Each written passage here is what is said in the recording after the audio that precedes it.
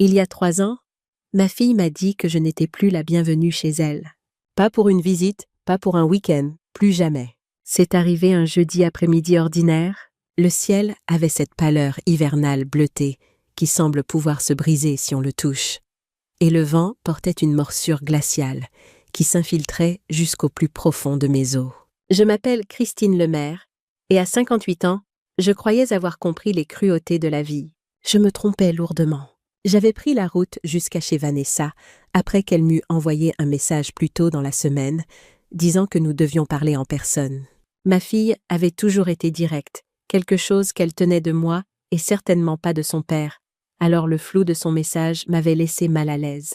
Pourtant, je pensais que nous prendrions peut-être un café à sa table de cuisine et que nous réglerions la tension qui s'était installée entre nous depuis mon divorce d'avec Jacques. Au lieu de m'inviter à entrer, Vanessa m'a accueillie sur le pas de la porte, une main sur le chambranle comme si elle le maintenait en place contre une tempête. Son visage était calme, mais ses yeux qui étaient exactement les miens, étaient plus froids que je ne les avais jamais vus. « Tu n'es plus la bienvenue ici, maman », a-t-elle dit. Pas d'hésitation, pas d'adoucissement dans son ton. J'ai cligné des yeux, essayant d'absorber ses mots. « Vanessa, de quoi parles-tu ? » Mais je viens juste, ce n'est pas le bon moment. Elle m'a interrompue. Sa voix était sèche, comme si elle avait répété ce moment. J'ai besoin de mon espace, de ma tranquillité. Tu ne peux pas simplement débarquer ici en t'attendant à rester. J'ai jeté un coup d'œil derrière elle dans le couloir, m'attendant à voir un signe que c'était temporaire. Peut-être un demi-sourire pour me dire qu'elle ne le pensait pas vraiment. Mais la distance dans son expression m'a fait comprendre qu'il ne s'agissait pas d'une mauvaise journée. C'était définitif. L'air froid tourbillonnait autour de mes épaules, tandis qu'elle déplaçait subtilement son poids, me poussant vers les marches. Ma voiture était toujours garée au bord du trottoir, le moteur cliquetant en refroidissant. « Je ne comprends pas », ai-je dit doucement, scrutant son visage. « Tu n'as pas besoin de comprendre », a-t-elle répondu. Et pendant un instant, j'aurais juré qu'il y avait du soulagement dans ses yeux, comme si fermer cette porte sur moi lui ôtait un poids des épaules. Puis est venu le coup de théâtre qui m'a coupé le souffle. « Papa m'a tout raconté », a dit Vanessa, sa voix tombant presque à un murmure. « Sur ta liaison avec son collègue. Comment tu as trahi notre famille ?» L'accusation m'a frappée comme un coup physique. « Quoi ?»« Vanessa, ce n'est pas. S'il te plaît, ne me mens plus. » Elle m'a coupé. « Papa m'a montré les messages, les reçus d'hôtel. Il m'a dit que tu voyais ce type depuis des années, que c'est toi qui voulais le divorce. » Pas lui. Mes mains sont devenues glacées. Jacques, bien sûr, la manipulation ultime, retourner notre fille contre moi avec des mensonges. La vérité, que c'était lui l'infidèle, que j'avais finalement trouvé le courage de partir après des décennies de ses infidélités, est morte dans ma gorge. Elle ne me croirait pas. Pas maintenant. Pas quand Jacques avait déjà empoisonné le puits. Elle n'a pas claqué la porte. Elle n'a pas crié. Elle l'a simplement fermée doucement. Mais c'était comme une grille d'acier se verrouillant derrière moi. Je suis restée là quelques secondes, fixant le bois peint, sentant le monde basculer sous mes pieds. Puis, j'ai descendu l'allée jusqu'à ma voiture, les mains tremblantes, alors que je serrais le volant.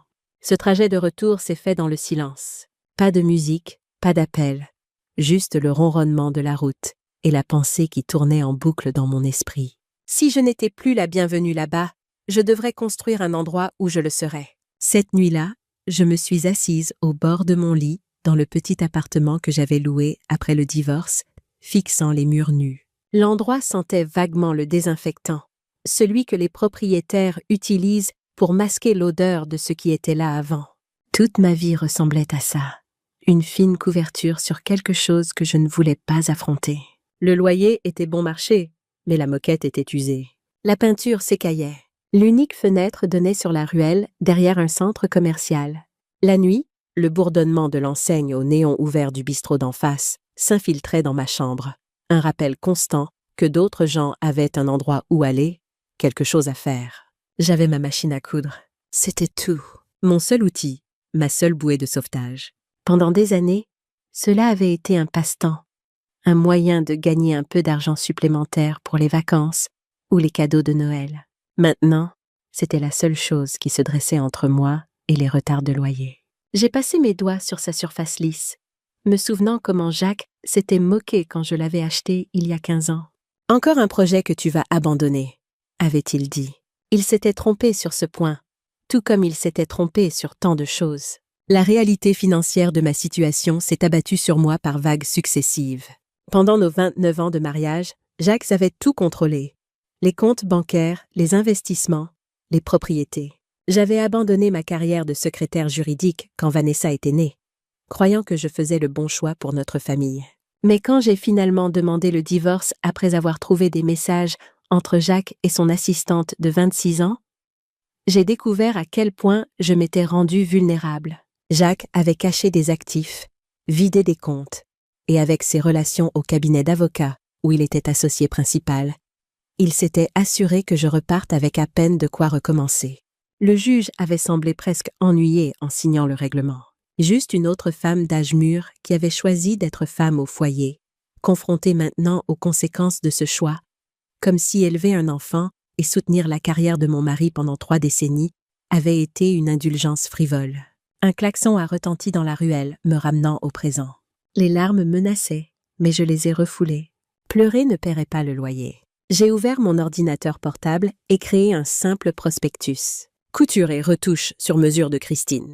Rien d'extraordinaire, juste mon numéro de téléphone et une liste de services.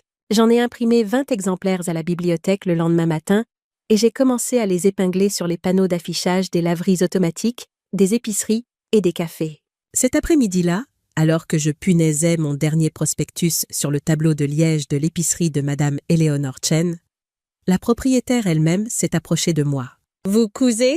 a-t-elle demandé, examinant le prospectus. « Oui, depuis plus de 30 ans. » Éléonore a penché la tête, m'évaluant de ses yeux perspicaces. Elle avait peut-être une dizaine d'années de plus que moi, avec des cheveux noirs striés d'argent tirés en un chignon pratique. La robe du nouvel an chinois de ma petite fille a besoin d'être ajustée. La femme qui le fait habituellement a déménagé à Lyon. « Vous pouvez le faire d'ici vendredi prochain ?» J'aurais pu pleurer de soulagement. « Oui, absolument. »« Bien. » Elle m'a tendu une carte de visite. « Apportez le reçu quand vous la déposerez. » Je paie correctement, mais j'attends de la qualité. Ce n'était pas grand-chose, mais c'était un début. Et parfois, c'est tout ce dont on a besoin.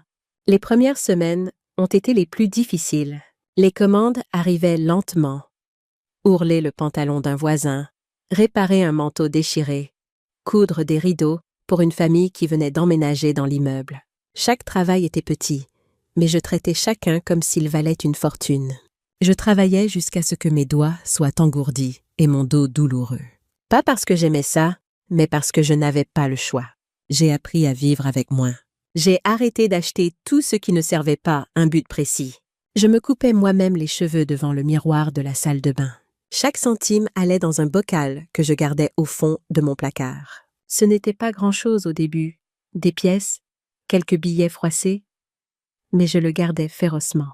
Ce bocal est devenu mon symbole, ma preuve que j'avançais, même si personne d'autre ne pouvait le voir. Un soir, alors que je rentrais avec des courses, juste l'essentiel, rien de superflu, j'ai rencontré Ruby Torres dans l'ascenseur. Elle vivait 2 portes plus loin, une veuve de 72 ans qui portait toujours des foulards aux couleurs vives, quelle que soit la saison. « Besoin d'un coup de main ?» a-t-elle demandé, désignant mes sacs d'un signe de tête. « C'est bon, merci », ai-je répondu automatiquement. Rubis m'a étudié un moment. « Vous êtes celle avec la machine à coudre.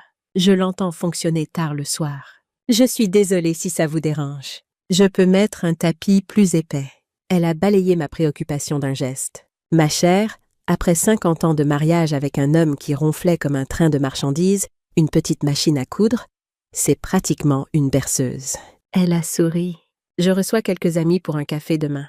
Rien d'extraordinaire, juste quelques vieilles femmes comme moi. Vous devriez vous joindre à nous. » Mon premier réflexe était de refuser. J'avais du travail et socialiser semblait être un luxe que je ne pouvais pas me permettre. Mais quelque chose dans le regard direct de Rubis m'a fait hocher la tête. Avec plaisir. Ce café est devenu un rituel hebdomadaire. Rubis et ses amies, toutes veuves ou divorcées, avaient créé leur propre famille de choix.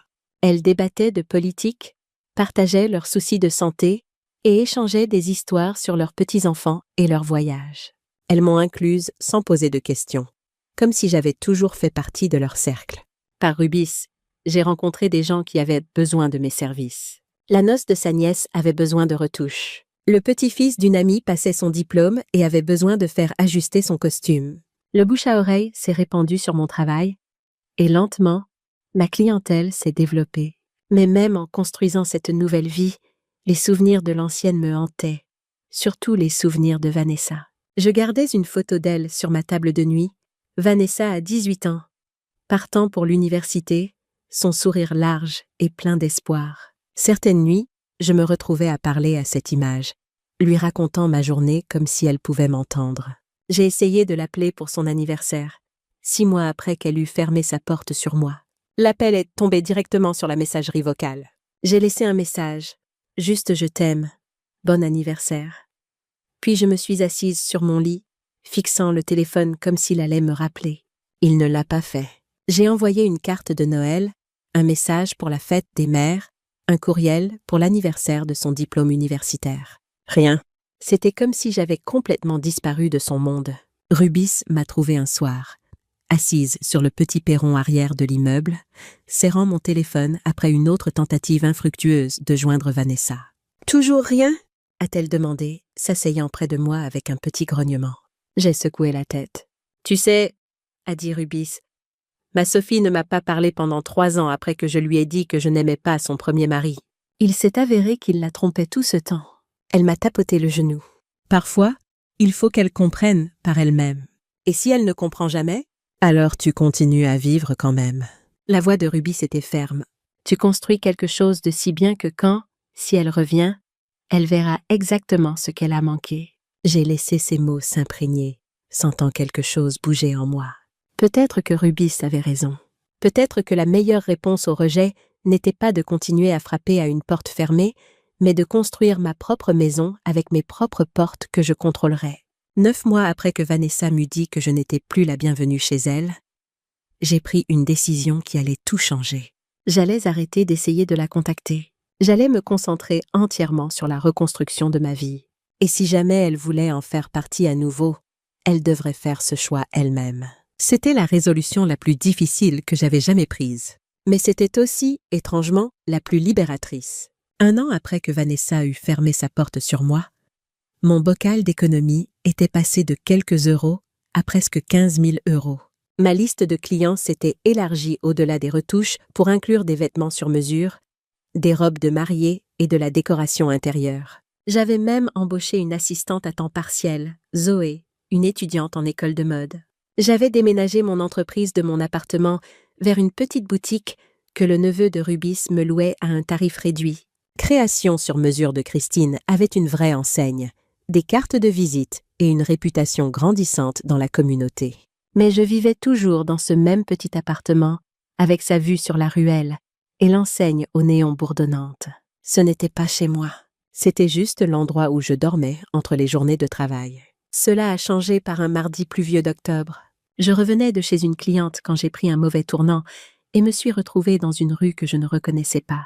C'était dans un quartier ancien, avec des arbres matures et de petites maisons légèrement défraîchies. Une pancarte à vendre par le propriétaire se dressait de travers dans le jardin d'un petit pavillon bleu délavé. Quelque chose m'a fait m'arrêter. La maison n'était pas impressionnante. Peinture écaillée, jardin envahi par les herbes, une allée fissurée menant au perron. Mais il y avait quelque chose en elle qui m'appelait. J'ai noté le numéro de téléphone sur la pancarte avant de repartir.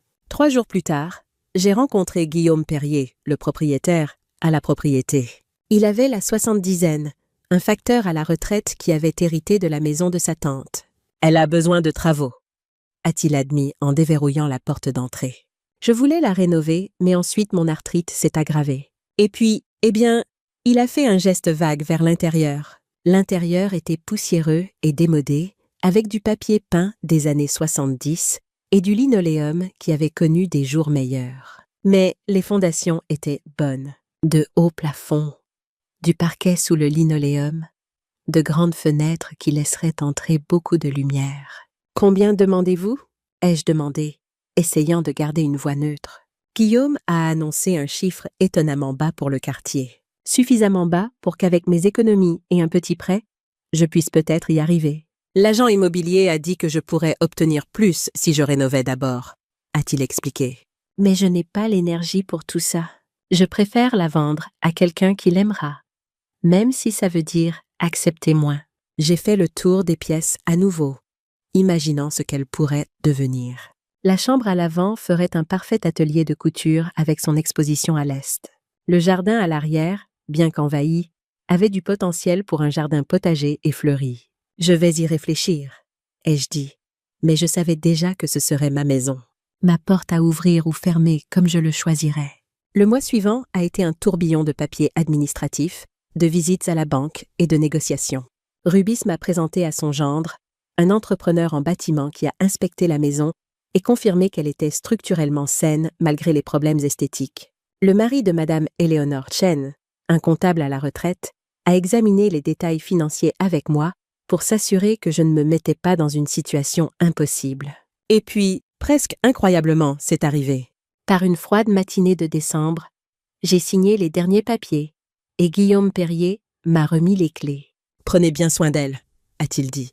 C'était la fierté et la joie de ma tante, avant qu'elle ne tombe malade. Elle aimerait savoir qu'une autre femme qui travaille de ses mains vit ici. Je me suis tenue dans le salon vide après le départ de Guillaume. L'air était lourd de poussière et de possibilités. Le plancher craquait sous mes pieds. La cuisine était démodée. La salle de bain avait besoin d'une rénovation complète. Et chaque surface avait besoin d'une nouvelle couche de peinture. Mais c'était à moi. Personne ne pouvait me dire que je n'avais pas ma place ici. Cette nuit-là, j'ai dormi sur un matelas gonflable emprunté dans ce qui allait devenir ma chambre. La maison était silencieuse, sauf pour les craquements occasionnels que font les vieilles maisons. Si différent du bourdonnement constant de l'immeuble, de la circulation, de l'enseigne au néon. J'ai pensé à Vanessa, à la maison où elle avait grandi, la grande maison bourgeoise où Jacques vivait toujours. Je me suis demandé si elle pensait parfois à la vie que nous avions eue là-bas, les fêtes d'anniversaire dans le jardin, les matins de Noël près de la cheminée, les nuits où je m'asseyais au bord de son lit pour lui lire des histoires jusqu'à ce qu'elle s'endorme. Puis, j'ai pensé à la vie que j'allais construire dans ce nouvel endroit. Elle n'aurait pas la grandeur de l'ancienne maison, mais elle aurait quelque chose de plus important. L'honnêteté. Chaque clou que je planterais, chaque mur que je peindrais, chaque fleur que je planterais serait le reflet authentique de qui j'étais, pas de qui quelqu'un d'autre voulait que je sois. Je me suis endormie avec des projets tourbillonnant dans mon esprit et me suis réveillée le lendemain matin avec la lumière du soleil filtrant à travers les fenêtres poussiéreuses. Elle projetait des rectangles dorés sur le sol, illuminant des volutes de poussière comme de minuscules étoiles. J'ai fait du café sur un réchaud de camping que j'avais apporté de l'appartement et me suis assise sur les marches du perron, regardant le quartier se réveiller. Un homme âgé promenait son chien devant la maison, levant la main pour me saluer.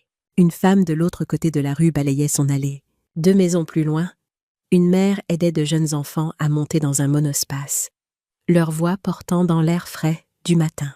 La vie normale, des moments quotidiens, rien d'extraordinaire, sauf que maintenant j'en faisais partie, pas en tant qu'épouse de Jacques Lemaire, ni même en tant que mère de Vanessa Lemaire, mais en tant que Christine Lemaire, propriétaire de cette petite maison bleue, bâtisseuse de sa propre vie. Les 18 mois suivants ont été un tourbillon de travail acharné, de revers et de petites victoires. J'ai continué à faire tourner mon entreprise tout en transformant lentement la maison. J'ai appris à utiliser des outils électriques, à réparer les cloisons sèches, à remettre les sols en état. Les tutoriels sur Internet sont devenus mes compagnons constants. Mes mains, déjà calleuses après des années de couture, ont développé de nouvelles callosités dues au papier de verre et au pinceau. J'ai fait des erreurs, comme la fois où j'ai essayé de remplacer un luminaire et où j'ai fini par devoir appeler un électricien pour réparer ce que j'avais fait. Mais j'ai aussi eu des succès qui m'ont rempli d'une fierté que je n'avais pas ressentie depuis des années, comme les placards de cuisine que j'ai décapés et repeints moi-même, ou le carrelage de la salle de bain que j'ai posé pièce par pièce avec patience. Pendant cette période, j'ai rencontré mes voisins, Carole et Michel Martin. À côté, un couple dans la soixantaine qui m'a apporté une plante d'intérieur en guise de bienvenue. la jeune famille d'en face avec des jumeaux fascinés par ma machine à coudre, et Monsieur Chen, sans lien avec Éléonore, au bout de la rue, qui partageait des boutures de son jardin quand il m'a vu commencer le mien. Ils m'ont accepté telle que j'étais, une femme d'âge mûr reconstruisant sa vie une pièce à la fois. Ils ne savaient rien de mon passé, de Jacques ou de Vanessa, ou de la porte qui s'était fermée sur moi. Ils me connaissaient simplement comme Christine, la femme qui cousait de belles choses et qui redonnait vie à la vieille maison bleue. Et dans leur acceptation, j'ai trouvé quelque chose dont je n'avais même pas réalisé l'absence, une communauté. Un jour de printemps, alors que j'étais agenouillée dans le jardin de devant, plantant des rosiers le long de l'allée, Ruby est venue me rendre visite. Elle a remonté lentement le chemin, s'appuyant sur sa canne, son foulard orange vif flottant dans la brise. « Eh bien, regarde-toi » a-t-elle dit, inspectant le jardin transformé et l'extérieur fraîchement repeint. Toute une propriétaire maintenant. J'ai souri, brossant la terre de mes mains. « Tu veux la visite complète ?»« Absolument. » Mais d'abord, elle a plongé la main dans son sac et en a sorti un petit paquet enveloppé de papier de soie.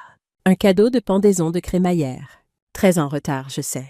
À l'intérieur se trouvait une plaque en céramique, peinte à la main avec les mots « Chez soi », c'est là où commence ton histoire.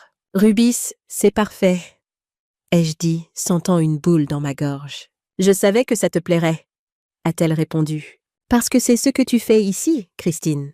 Tu ne fais pas que retaper une maison, tu commences une nouvelle histoire. » J'ai accroché la plaque à côté de ma porte d'entrée ce soir-là. Rubis avait raison. Il ne s'agissait pas seulement d'avoir un endroit où vivre. Il s'agissait de créer un espace où je pouvais être pleinement moi-même, où chaque choix reflétait mes propres valeurs et goûts, pas ceux de quelqu'un d'autre. Mais même en embrassant cette nouvelle histoire, l'ancienne n'en avait pas fini avec moi, et je ne le savais pas encore. Mais le chapitre suivant était sur le point de commencer avec un appel téléphonique inattendu. 18 mois après l'achat de ma maison, je reconnaissais à peine l'endroit moi-même. L'extérieur bleu écaillé était maintenant d'un vert sauge chaleureux avec des bordures blanches nettes. L'allée fissurée avait été remplacée par un chemin de briques en chevron bordé des rosiers que j'avais plantés mon premier printemps ici. À l'intérieur, le papier peint démodé et le linoléum usé avaient disparu, remplacés par des murs crème doux et les parquets d'origine, poncés et teints d'une riche couleur miel. J'avais converti la chambre du devant en atelier de couture avec des rangements intégrés pour les tissus et une grande table de coupe positionnée sous les fenêtres orientées à l'est. La lumière du matin qui inondait cette pièce en faisait mon endroit préféré de la maison. Un sanctuaire où je créais de belles choses de mes mains. Mon entreprise avait également grandi. J'avais embauché 2 assistantes supplémentaires à temps partiel et je devenais connue pour mes retouches de robes de mariée et ma décoration intérieure sur mesure. Je n'étais pas riche, loin de là. Mais pour la première fois depuis le divorce, je ne comptais plus les centimes juste pour arriver au mois suivant. « Tu as créé quelque chose de remarquable ici », m'a dit Carole Martin un soir. Nous étions assises sur ma terrasse arrière, regardant le coucher de soleil peindre le ciel de nuances de rose et d'or. Carole et son mari Michel étaient devenus plus que des voisins. C'étaient des amis sur qui je pouvais compter. « La maison ou l'entreprise ?» ai-je demandé, sirotant mon thé glacé. « Les deux, mais surtout toi-même. » Carole avait une façon de voir au cœur des choses. Quand tu as emménagé, tu semblais, je ne sais pas, sur la défensive, comme si tu te préparais à ce que quelque chose tourne mal. Maintenant, tu marches les épaules en arrière. J'ai souri, pensant au chemin parcouru. Je suppose que je suis différente. Plus confiante, plus toi-même, a corrigé doucement Carole. C'est ce qui se passe quand on construit quelque chose de ses propres mains. On découvre de quoi on est capable. Ce que Carole ne savait pas, ce qu'aucun de mes nouveaux amis ne savait, c'est que pendant cette première année dans ma maison, j'avais fait plusieurs tentatives pour renouer avec Vanessa. Je lui avais envoyé ma nouvelle adresse avec une simple note. « Si jamais tu veux me rendre visite, ma porte t'est toujours ouverte. » Je lui avais envoyé par courriel des photos de la maison au fur et à mesure de sa transformation, pensant qu'elle pourrait être curieuse. J'avais même rappelé pour son anniversaire, laissant un autre message vocal resté sans réponse. Mais après que ces tentatives se soient heurtées au silence, j'avais tenu ma promesse envers moi-même. J'avais arrêté de la contacter. Je m'étais concentrée sur la construction de ma vie, pas sur l'attente qu'elle la rejoigne. Cette résolution a été mise à l'épreuve par un samedi chaud de mai, presque 2 ans après que Vanessa eut fermé sa porte sur moi. J'étais au centre commercial des galeries de la ville pour récupérer un cadre sur mesure pour la broderie d'une cliente.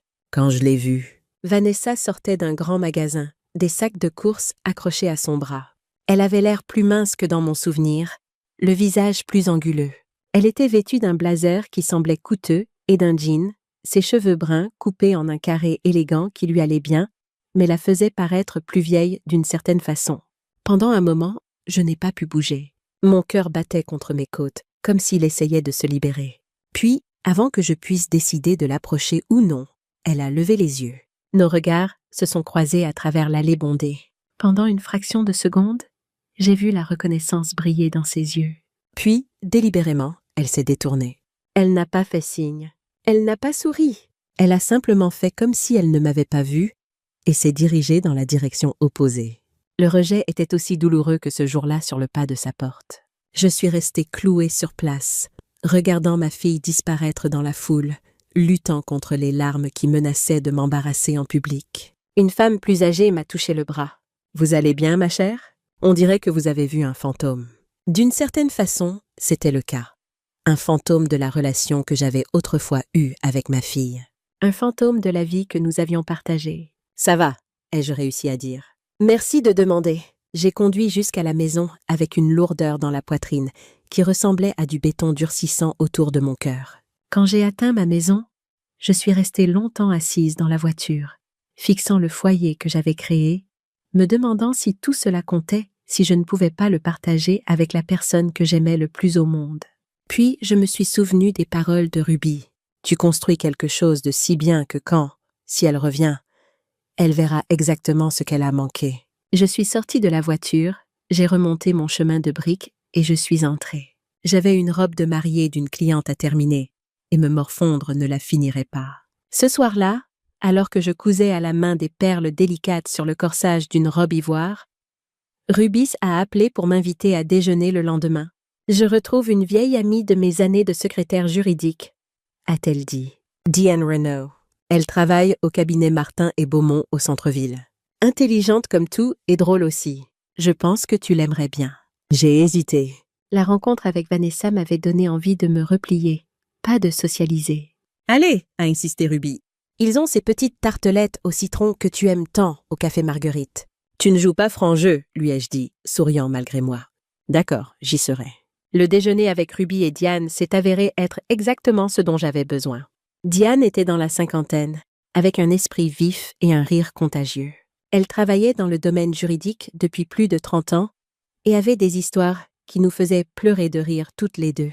Donc, le juge essaie d'avoir l'air digne avec la moitié d'un sandwich collé à sa robe, et personne n'a le courage de le lui dire. Diane essuyait les larmes de rire de ses yeux. Finalement, son greffier lui écrit un mot, et le pauvre homme est devenu rouge comme une pivoine.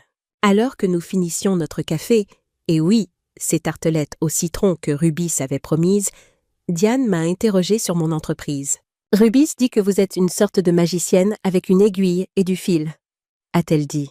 J'ai écarté le compliment d'un geste. « J'aime juste faire des choses de mes mains. »« Ne vous laissez pas tromper par sa modestie, » est intervenue Rubis. Elle a pris une maison délabrée et l'a transformée en vitrine, tout en construisant une entreprise prospère à partir de rien. Diane a haussé un sourcil, impressionnée. « On dirait que vous êtes une sacrée femme d'affaires. Vous savez, notre cabinet a une clinique juridique pour petites entreprises 1 fois par mois. Des conseils gratuits pour les propriétaires d'entreprises locales. Vous devriez venir un de ces jours. » Je l'ai remercié pour la suggestion, sans y penser beaucoup sur le moment. Mais cette brève rencontre avec Diane allait se révéler plus significative que je n'aurais pu l'imaginer. Les jours ont continué à passer, se transformant en semaines, puis en mois. Je me suis installée dans un rythme de travail et de maison, de sorties sociales occasionnelles avec Rubis et mes voisins, et de soirées tranquilles, seule dans la maison que j'avais reconstruite. La vie n'était pas parfaite, mais elle était stable, prévisible et mienne.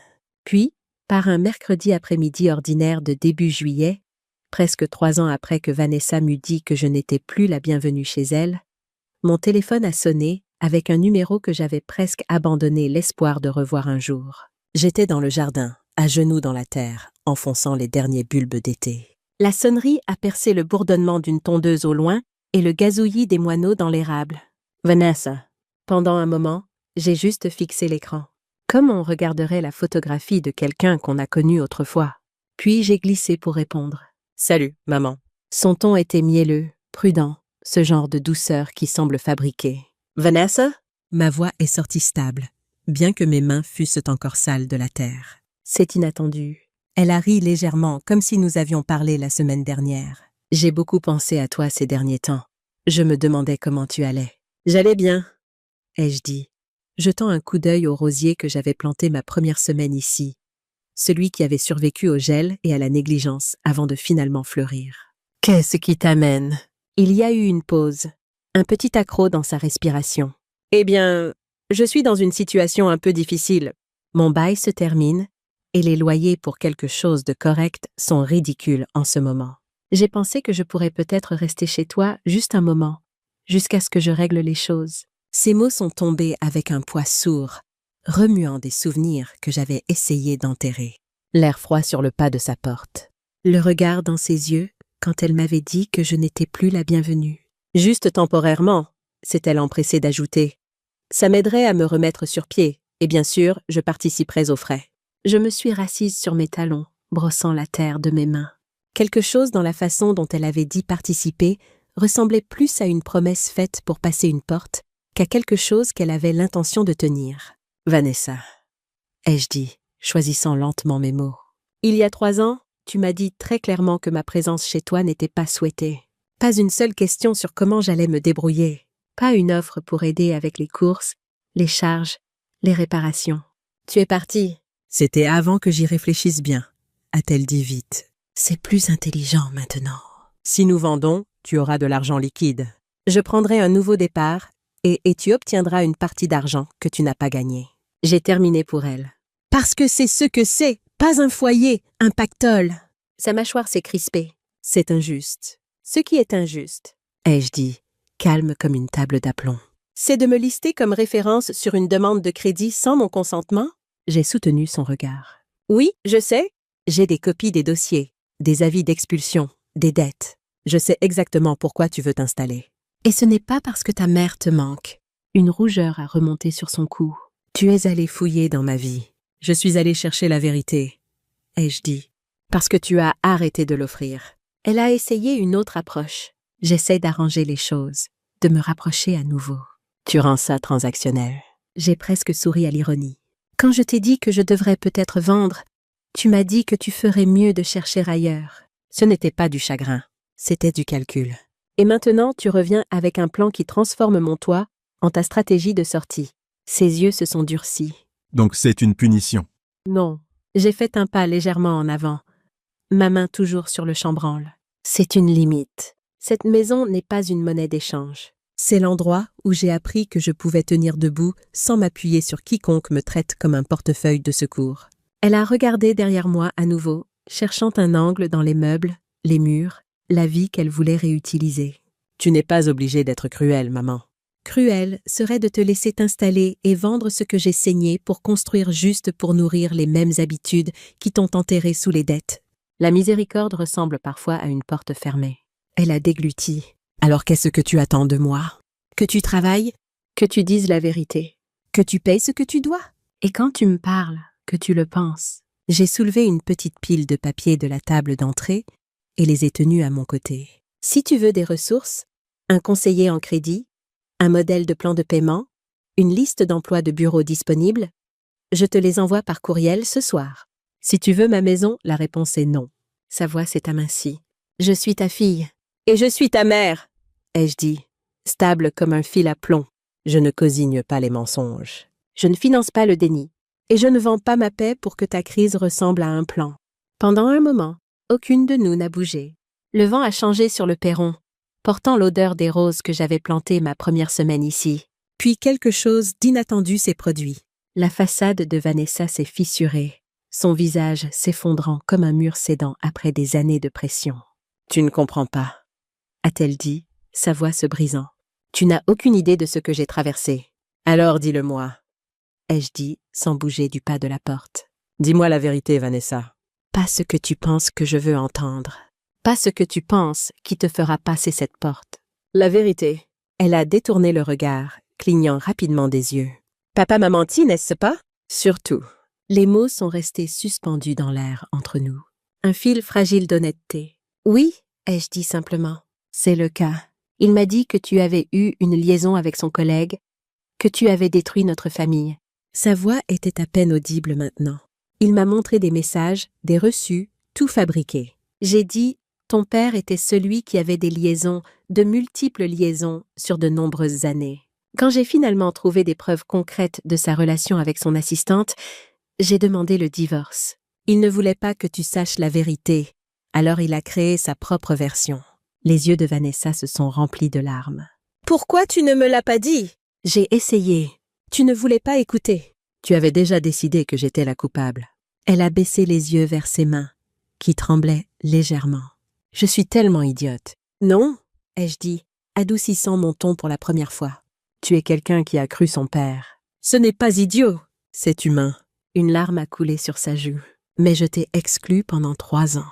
J'ai manqué tout. Ta nouvelle maison, ton entreprise. J'étais tellement en colère et tout était basé sur des mensonges. J'ai senti une douleur familière dans ma poitrine. La douleur de regarder mon enfant souffrir. Une partie de moi voulait ouvrir grand la porte, l'envelopper dans mes bras et lui dire que tout irait bien. Mais nous n'en étions pas encore là. Nous avions encore des vérités à découvrir. Pourquoi maintenant, Vanessa? Pourquoi reprendre contact après 3 ans? Elle a essuyé ses yeux du revers de la main. Ce ne sont pas seulement les problèmes d'argent, même s'ils sont réels. C'est... Elle a pris une profonde inspiration. Je suis enceinte, de 4 mois. Le père, mon copain, Romain, il est parti quand je le lui ai dit. Il a dit qu'il n'était pas prêt à être père. Et puis, tout a commencé à s'effondrer en même temps. Les avis d'expulsion, les factures de carte de crédit que je ne pouvais pas payer. J'ai paniqué. Je l'ai fixé, absorbant cette nouvelle information. Ma fille allait avoir un enfant. J'allais être grand-mère. La connaissance s'est posée sur moi comme une couverture, à la fois chaude et lourde de responsabilité. Pourquoi tu ne me l'as pas simplement dit dès le début? Parce que j'avais honte, a-t-elle admis. Je ne voulais pas que tu vois à quel point j'avais gâché ma vie. Et après la façon dont je t'ai traité, je ne pensais pas mériter ton aide. J'ai regardé Vanessa, vraiment regardé, et j'ai vu au-delà de l'extérieur soigné jusqu'à la jeune femme effrayée en dessous. Elle avait fait de mauvais choix. Oui, elle m'avait blessée profondément. Mais elle portait aussi mon petit enfant et elle se noyait. « Entre », ai-je dit, m'écartant finalement de la porte. « Nous devons parler. » J'ai préparé du thé pendant que Vanessa s'asseyait à ma table de cuisine, ses yeux parcourant l'espace rénové avec une admiration sincère. « Tu as fait tout ça toi-même » a-t-elle demandé alors que je posais une tasse devant elle. « La plupart », ai-je dit, m'asseyant en face d'elle. J'ai eu de l'aide pour la plomberie et l'électricité. Tout le reste, je l'ai appris au fur et à mesure. Elle a enveloppé ses mains autour de la tasse, cherchant sa chaleur malgré la douceur de la journée. C'est magnifique, maman. Ça te ressemble, vraiment. C'était le but, ai-je répondu. Créer un espace qui reflète qui je suis, pas qui quelqu'un d'autre voulait que je sois. Vanessa a hoché la tête, son regard tombant sur son thé. Je pense que j'ai passé toute ma vie à essayer d'être qui papa voulait que je sois. La fille parfaite pour son image de famille parfaite. L'aveu m'a surprise. Vanessa avait toujours semblé se délecter de l'attention de Jacques, de ses louanges, de ses plans pour son avenir. Quand as-tu commencé à soupçonner qu'il ne disait pas la vérité? Ai-je demandé. Elle a soupiré. Il y a environ 1 an. J'étais chez lui pour dîner, et son assistante était là, une nouvelle, plus jeune que la précédente. La façon dont il la regardait, je me suis soudain souvenu d'avoir vu ce même regard avant, avec d'autres femmes, quand j'étais petite, et ça m'a fait tout remettre en question. « Pourquoi tu ne m'as pas contactée à ce moment-là? » L'orgueil, a-t-elle dit simplement. J'avais passé 3 ans à croire que tu étais la méchante dans l'histoire de notre famille. Admettre que je pouvais avoir tort semblait impossible, alors j'ai juste évité le sujet. Je t'ai évité. Puis Romain est parti, et mon propriétaire a commencé la procédure d'expulsion. Et soudain, l'orgueil semblait être un luxe que je ne pouvais plus me permettre. J'ai pris une gorgée de mon thé, me donnant le temps de traiter ses mots. J'ai besoin que tu comprennes quelque chose, Vanessa. Quand tu m'as exclue de ta vie, ça a failli me détruire. J'ai dû tout reconstruire, ma maison, mon entreprise, mon estime de moi, à partir de rien. Je sais, a-t-elle murmuré. Je le vois maintenant. Alors tu comprendras pourquoi je ne peux pas simplement ouvrir mes portes, sans condition. Je refuse d'être utilisée. Pas même par toi, surtout pas par toi. Elle a hoché la tête, sa main bougeant inconsciemment pour se poser sur son ventre. Un geste si instinctivement maternel qu'il m'a tordu le cœur. « Qu'est-ce que tu ne me dis pas sur ta situation financière ?» ai-je demandé gentiment. Ses épaules se sont affaissées. « C'est grave, maman, vraiment grave. J'ai maximisé mes cartes de crédit en essayant de maintenir les apparences après le divorce. Je voulais que tout le monde pense que j'allais bien, que ma vie était parfaite. Puis j'ai perdu mon emploi à l'agence de communication il y a 6 mois. Des coupes budgétaires, ils ont dit, mais je pense que mon travail se dégradait. J'ai trouvé un autre poste, mais il paie moins. Et avec le bébé qui arrive, sa voix s'est éteinte. Combien dois-tu ? Elle a nommé un chiffre qui m'a fait grimacer. Pas insurmontable, mais certainement substantiel pour quelqu'un dans sa position. Et l'expulsion ? Mon propriétaire m'a donné 30 jours. C'est pourquoi j'ai appelé quand je l'ai fait. J'étais désespérée. J'ai regardé ma fille, voyant à la fois l'enfant qu'elle avait été et la femme qu'elle devenait. Elle avait fait de mauvais choix ? Oui, elle m'avait blessée profondément. Mais elle montrait aussi du courage maintenant, affrontant ses erreurs et disant des vérités qu'elle avait évitées pendant des années. « Je ne peux pas te laisser emménager, Vanessa, » ai-je dit fermement. Ça n'a pas changé. Son visage s'est décomposé, mais elle a hoché la tête. « Je comprends. Mais, ai-je continué? Je peux t'aider à trouver un endroit, quelque chose de petit mais sûr, où tu peux recommencer, et je peux t'aider à établir un budget et un plan de paiement pour tes dettes. Ce que je ne ferai pas, c'est te renflouer complètement. Tu dois apprendre à tenir debout toute seule, tout comme j'ai dû le faire. » L'espoir a brillé dans ses yeux. « Tu ferais ça après tout? Tu es ma fille, ai-je dit simplement. Et c'est mon petit enfant que tu portes. La famille doit être présente les uns pour les autres, mais de manière à aider, pas à permettre. » Elle a tendu la main à travers la table et a saisi la mienne. Ses doigts froids, malgré la tasse chaude qu'elle avait tenue. « Je suis tellement désolée, maman, d'avoir cru les mensonges de papa, de t'avoir exclue, d'avoir essayé de t'utiliser quand je suis revenue. »« Je sais, » ai-je dit, serrant doucement sa main. « Mais nous avons un long chemin à parcourir avant que la confiance soit reconstruite. »« Es-tu prête à faire le travail? »« Oui, » a-t-elle dit sans hésitation. « Je veux faire mieux pour moi-même, pour le bébé et pour toi. » Alors que Vanessa partait ce soir-là, avec des plans pour nous retrouver le lendemain, afin de commencer à travailler sur sa situation financière, j'ai senti un espoir prudent prendre racine. La porte entre nous s'était entr'ouverte, pas complètement, pas sans condition, mais assez pour laisser entrer un filet de lumière. La semaine qui a suivi a été un tourbillon d'activités. Fidèle à ma parole, j'ai aidé Vanessa à trouver un petit appartement d'une chambre dans son budget. Ce n'était pas dans le quartier le plus glamour, mais c'était propre, sûr, et surtout, le sien. Un endroit où elle pourrait commencer à reconstruire sa vie sur une base de vérité plutôt que d'apparence. Rubis et Diane ont été inestimables pendant cette période. Diane a négocié avec les créanciers de Vanessa, arrangeant des plans de paiement plus gérables. Rubis, qui avait fait du bénévolat dans un foyer pour femmes pendant des années, a mis Vanessa en contact avec des ressources pour les mères célibataires, y compris une banque de meubles qui fournissait des articles essentiels pour son nouvel appartement. « Tu es très généreuse », a remarqué Diane un soir, alors que nous étions assises dans mon salon, révisant le budget de Vanessa pour la 10e fois. Plus généreuse que beaucoup ne le seraient à ta place. « Elle porte mon petit enfant », ai-je dit, comme si cela expliquait tout.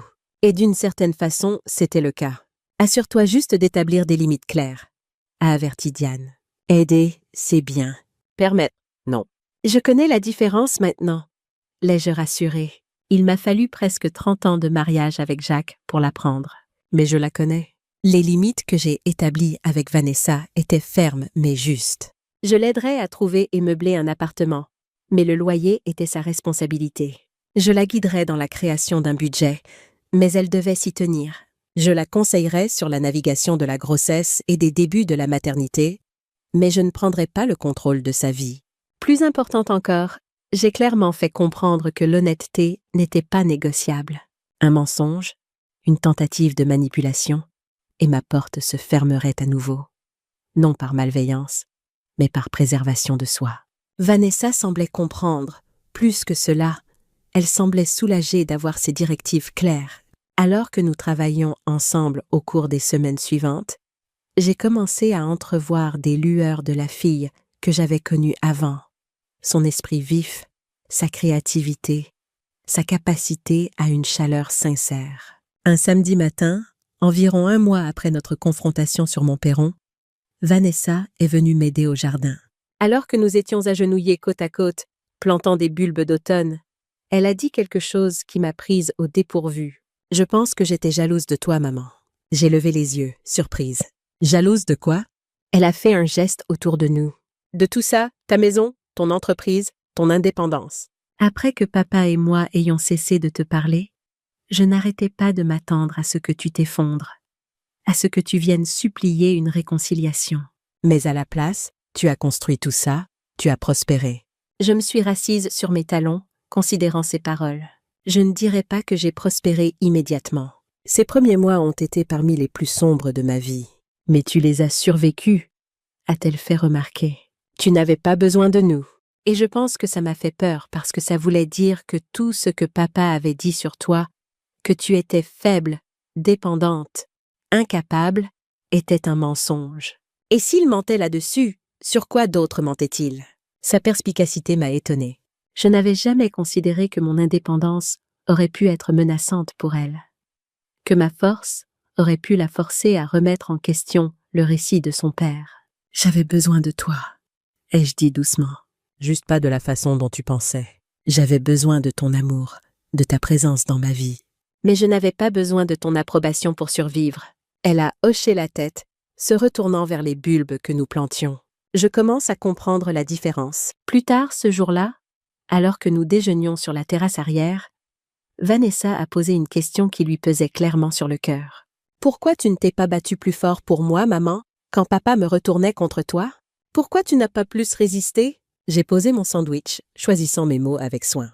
J'ai essayé, Vanessa. J'ai appelé, envoyé des messages, des courriels, mais chaque fois que tu me repoussais, ça faisait un peu plus mal. Finalement, j'ai réalisé que forcer mon retour dans ta vie n'allait pas marcher. Tu devais vouloir que je sois là. Mais tu aurais pu me dire la vérité sur papa. M'aurais-tu cru? Ai-je demandé gentiment. Ou aurais-tu vu ça comme moi, essayant de te retourner contre lui? Elle a été silencieuse un moment, puis a lentement hoché la tête. Je ne t'aurais probablement pas cru. J'étais tellement convaincue que tu étais la méchante. En plus, ai-je ajouté, te traîner au milieu de notre conflit me semblait mal. Tu es notre fille, pas une arme à utiliser l'un contre l'autre. Papa ne voyait pas les choses comme ça, a-t-elle dit amèrement. Non, ai-je acquiescé. Pas lui, mais ses choix ne sont pas les miens. Elle m'a regardée avec un nouveau respect dans les yeux. Tu es beaucoup plus forte que je ne t'en ai jamais donné crédit. La force prend différentes formes, ai-je dit. Parfois c'est tenir bon. Parfois c'est savoir quand reculer. J'ai dû apprendre les deux. Alors que Vanessa se préparait à partir ce soir-là, elle s'est arrêtée à la porte. « Maman, est-ce que tu viendrais à mon échographie la semaine prochaine? Je saurai si c'est un garçon ou une fille. » L'invitation m'a émue plus que je ne pouvais l'exprimer. « Ce serait un honneur, » ai-je dit, la voix épaisse d'émotion. Elle m'a serré dans ses bras alors, une vraie étreinte, pas l'embrassade superficielle que nous avions partagée à son arrivée. Et pour la première fois depuis qu'elle m'avait exclue de sa vie, j'ai eu l'impression que peut-être, juste peut-être, nous retrouvions notre chemin l'une vers l'autre. Mais je savais mieux que d'attendre une route facile devant nous. La confiance, une fois brisée, se reconstruit lentement, brique par brique soigneuse, et nous avions encore beaucoup de briques à poser. Les jours qui ont suivi cette conversation ont été chargés de petits pas, chacun témoignant de la volonté de Vanessa de changer. Elle a trouvé un conseiller en gestion de dette recommandé par Diane et a pris son premier rendez-vous sans que j'aie à la pousser. Elle a mis à jour son curriculum vitae et a commencé à chercher des postes mieux rémunérés dans son domaine. Plus révélateur encore, elle a cessé de parler de solutions rapides et de raccourcis. Un après-midi, alors que nous prenions un café dans le petit bistrot près de chez elle, elle m'a confié quelque chose qui m'a fait comprendre à quel point elle avait changé. Tu sais, maman, pendant des années, j'ai pensé que le succès signifiait avoir l'air réussi. Les bons vêtements, la bonne adresse, les bonnes fréquentations. Papa m'a élevée comme ça, tu comprends? L'image avant tout. J'ai hoché la tête, me souvenant trop bien de l'obsession de Jacques pour les apparences. C'est pour ça que j'ai accumulé toutes ces dettes. Je ne pouvais pas supporter l'idée que quelqu'un pense que j'échouais. Alors, j'ai dépensé de l'argent que je n'avais pas pour maintenir une façade. Quelle perte de temps et d'énergie. Elle a secoué la tête, un sourire amer sur les lèvres. Maintenant, je vis dans un petit appartement que je peux me permettre. Et tu sais quoi? Je dors mieux que je n'ai dormi depuis des années. Parce que c'est honnête, c'est réel. Je l'ai regardée, cette fille qui avait été si prompte à me juger, si rapide à croire le pire de moi. Elle n'était pas la même personne qui m'avait fermé sa porte 3 ans plus tôt. La douleur l'avait façonnée, tout comme elle m'avait façonné moi. L'honnêteté est le meilleur fondement qu'on puisse avoir, ai-je dit. Il m'a fallu longtemps pour l'apprendre aussi. Elle a tendu la main à travers la table pour prendre la mienne. Je suis contente que tu ne m'aies pas laissé entrer quand je suis venue avec mes mensonges et mes manipulations. Si tu l'avais fait, je ne serais jamais arrivée à ce moment. Je serais restée la même personne, faisant les mêmes erreurs. Parfois la miséricorde ressemble à une porte fermée. Ai-je répété mes propres mots de notre confrontation? Et parfois elle ressemble à une seconde chance, a-t-elle ajouté. L'échographie a été un moment de pure magie. J'ai tenu la main de Vanessa tandis que le technicien déplaçait la sonde sur son ventre, révélant des images tremblantes de ma petite fille à naître. Une fille, une nouvelle génération de femmes. Le maire arrivait dans le monde. « C'est incroyable !» a soufflé Vanessa, les larmes coulant sur ses joues, tandis qu'elle regardait l'écran. « Regarde ses petits doigts, maman. Tu la vois ?» Je voyais ce petit être, cette promesse de continuation, ce lien entre le passé et l'avenir. Et j'ai senti quelque chose se dénouer en moi, un nœud de douleur et de rancœur que je portais depuis si longtemps que j'avais oublié qu'il était là. « Elle est parfaite !» ai-je murmuré. Comme sa mère. Vanessa a tourné la tête vers moi, ses yeux brillants. Comme sa grand-mère, plutôt. Une grand-mère qui lui apprendra à être forte, indépendante et honnête. Je veillerai à ce qu'elle sache la vérité. Surtout. Sur nous. Ces mots étaient une promesse, un pont entre ce que nous avions été et ce que nous pourrions devenir. La route serait encore longue, parsemée de moments difficiles et de conversations compliquées. Mais pour la première fois depuis 3 ans, je sentais que nous marchions dans la même direction. En sortant de la clinique, Vanessa s'est arrêtée sur le trottoir, une main posée sur son ventre arrondi, le regard perdu au loin. Je me suis tenue à côté d'elle, attendant qu'elle soit prête à parler. Le soleil de fin d'après-midi baignait la rue d'une lumière dorée, et les passants nous contournaient comme des courants d'eau autour de rochers. « Maman » a-t-elle finalement dit, sa voix hésitante. « Est-ce que tu crois que je serai une bonne mère ?» La question m'a prise au dépourvu par son honnêteté brute. Je me suis tournée vers elle, voyant dans ses yeux la même peur que j'avais ressentie il y a 32 ans, quand je la portais elle. « Je crois que tu seras exactement la mère dont cette petite aura besoin, » ai-je répondu, parce que tu te poses cette question. Les mauvaises mères ne doutent jamais d'elles-mêmes. Mais j'ai fait tellement d'erreurs. Nous en faisons tous. Ce qui compte, c'est ce que nous apprenons d'elles. Elle a hoché la tête, essuyant une larme égarée sur sa joue. Je veux qu'elle grandisse en sachant que l'honnêteté vaut plus que les apparences. Que l'amour authentique vaut plus que la perfection fabriquée. Que la vraie force, ce n'est pas de ne jamais tomber, c'est de savoir se relever. Alors tu lui apprendras exactement ce dont elle aura besoin, ai-je dit en lui prenant le bras. Et je serai là pour t'aider. Nous avons marché ensemble vers ma voiture, 2 femmes que la vie avait brisées puis reconstruites, désormais unies par quelque chose de plus fort que le sang. Par la vérité enfin dite, par les erreurs enfin reconnues, par l'amour enfin libéré de ces chaînes de non-dits et de malentendus. Cette nuit-là, seule dans ma maison reconstruite de mes propres mains, j'ai regardé par la fenêtre les étoiles qui scintillaient au-dessus du jardin que j'avais planté. Quelque part dans la ville, ma fille dormait avec ma petite fille grandissant dans son ventre.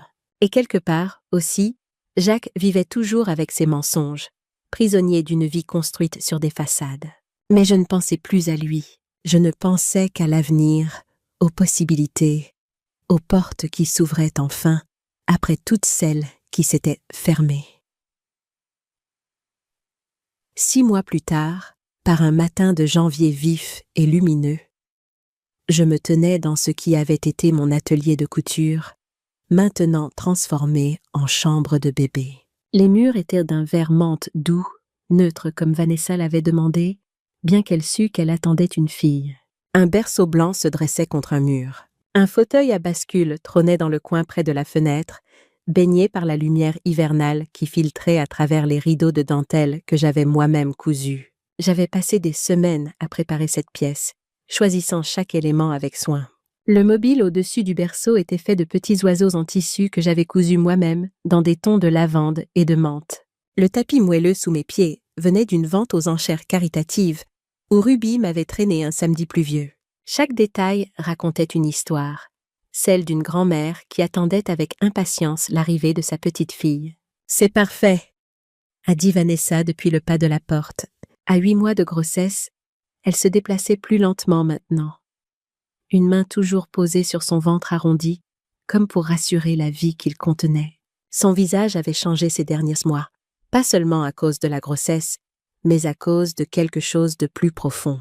Les lignes de tension qui avaient marqué son front lors de nos premières retrouvailles s'étaient adoucies.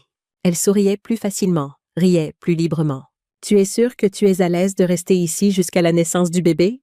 ai-je demandé. « Ton appartement est au 3e étage sans ascenseur. » Elle a terminé pour moi. « Maman, nous en avons parlé. C'est logique que je sois ici pour les dernières semaines et le 1er mois environ après sa naissance. À moins que tu aies changé d'avis sur le fait de nous avoir. »« Bien sûr que non, » ai-je dit rapidement. « Je veux juste m'assurer que cet arrangement fonctionne pour nous deux. » L'ironie n'échappait à aucune de nous.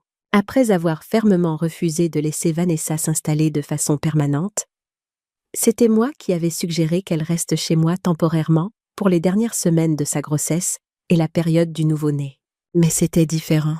C'était un délai spécifique avec un but clair, pas un arrangement ouvert né du désespoir financier. Et Vanessa avait fait ses preuves au cours des 6 derniers mois. Elle avait respecté son budget, effectuant chaque paiement de loyer à temps. Elle avait assisté à des séances de conseil financier et avait commencé à rembourser lentement ses dettes. Elle avait trouvé un meilleur emploi dans une petite mais dynamique agence de communication qui offrait un congé maternité et une assurance santé. Plus important encore, elle avait été honnête sur ses difficultés, ses peurs, ses espoirs pour l'avenir. Je l'avais vue se battre avec ses démons, affronter les conséquences de ses choix passés et refuser les raccourcis qui auraient pu sembler tentants. Notre relation avait également évolué de manière que je n'aurais pas cru possible. Nous n'étions pas meilleurs amis. Trop de choses s'étaient passées pour ce genre d'intimité facile. Mais nous étions à nouveau mère et fille, liés par le sang et l'histoire. Et maintenant par l'arrivée imminente de la prochaine génération. Les conversations entre nous avaient pris une profondeur nouvelle. Nous parlions de choses dont nous n'avions jamais parlé avant, de mes propres insécurités quand j'étais jeune mère, de ses peurs face à la maternité qui approchait, de nos espoirs pour cette petite fille qui allait bientôt arriver. Jacques restait une présence compliquée dans nos vies. Quand Vanessa lui avait annoncé la grossesse, il s'était prévisiblement concentré sur les apparences, préoccupé par ce que les gens penseraient de sa fille célibataire et enceinte.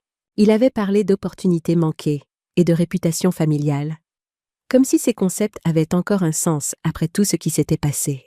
Mais il avait aussi offert un soutien financier que Vanessa avait poliment décliné. « Je veux faire ça par moi-même » m'avait-elle confié après cette conversation. Ou plutôt, avec ton aide, pas avec ses conditions. Je connais papa maintenant.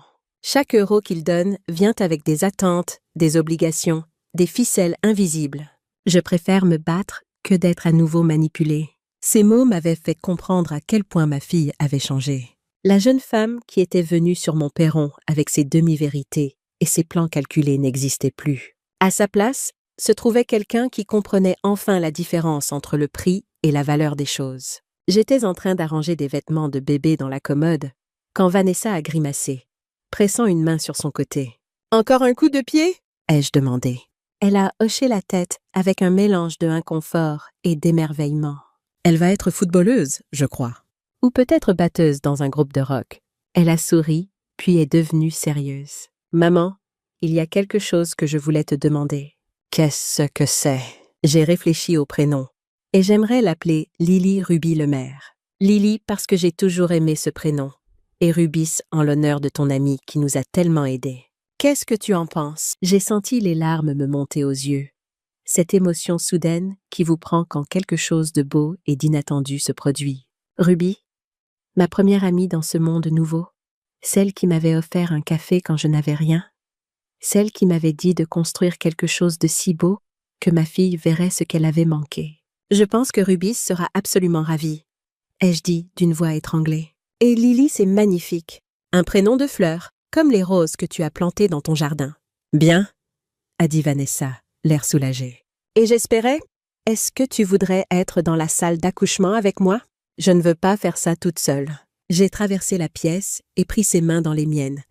Ses mains qui avaient autrefois claqué une porte sur moi et qui maintenant me demandaient d'être présente pour le moment le plus important de sa vie.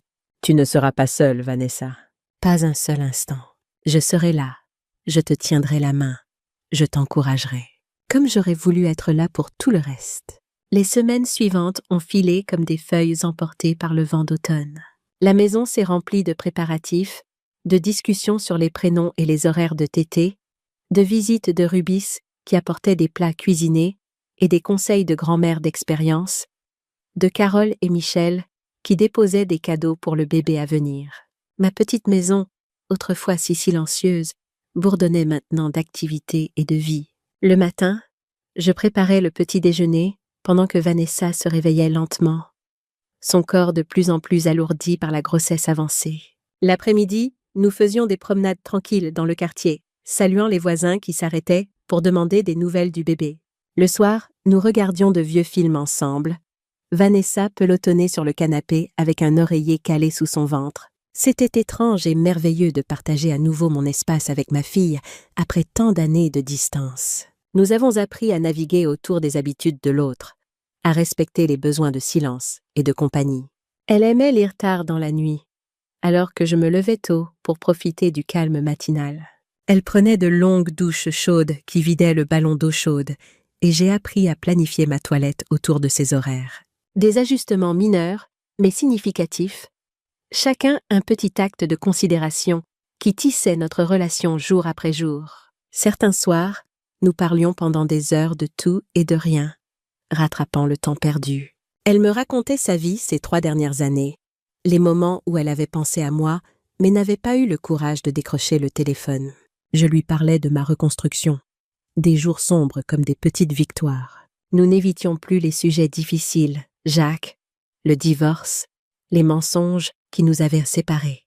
Nous les affrontions avec une honnêteté nouvelle, pas toujours confortable, mais toujours nécessaire. Un soir, alors que nous étions assises dans la cuisine après le dîner, une tasse de tisane entre les mains, Vanessa m'a posé une question qui la taraudait visiblement depuis longtemps. « Maman, comment as-tu su que tu devais partir?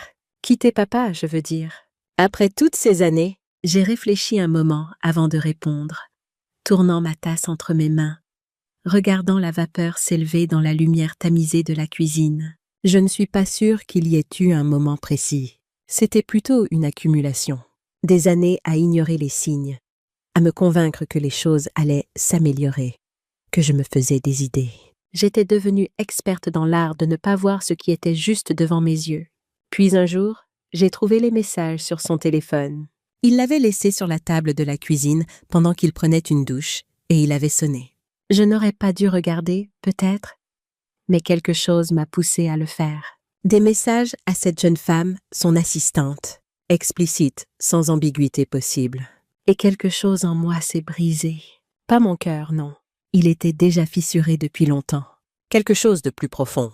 L'illusion que je m'étais construite pendant des décennies. La croyance que si je fermais les yeux assez fort, la réalité changerait. « Tu n'as jamais eu de soupçons avant ?» a demandé Vanessa doucement. « Si, bien sûr. Il y avait eu d'autres femmes au fil des ans. Je le savais, au fond de moi.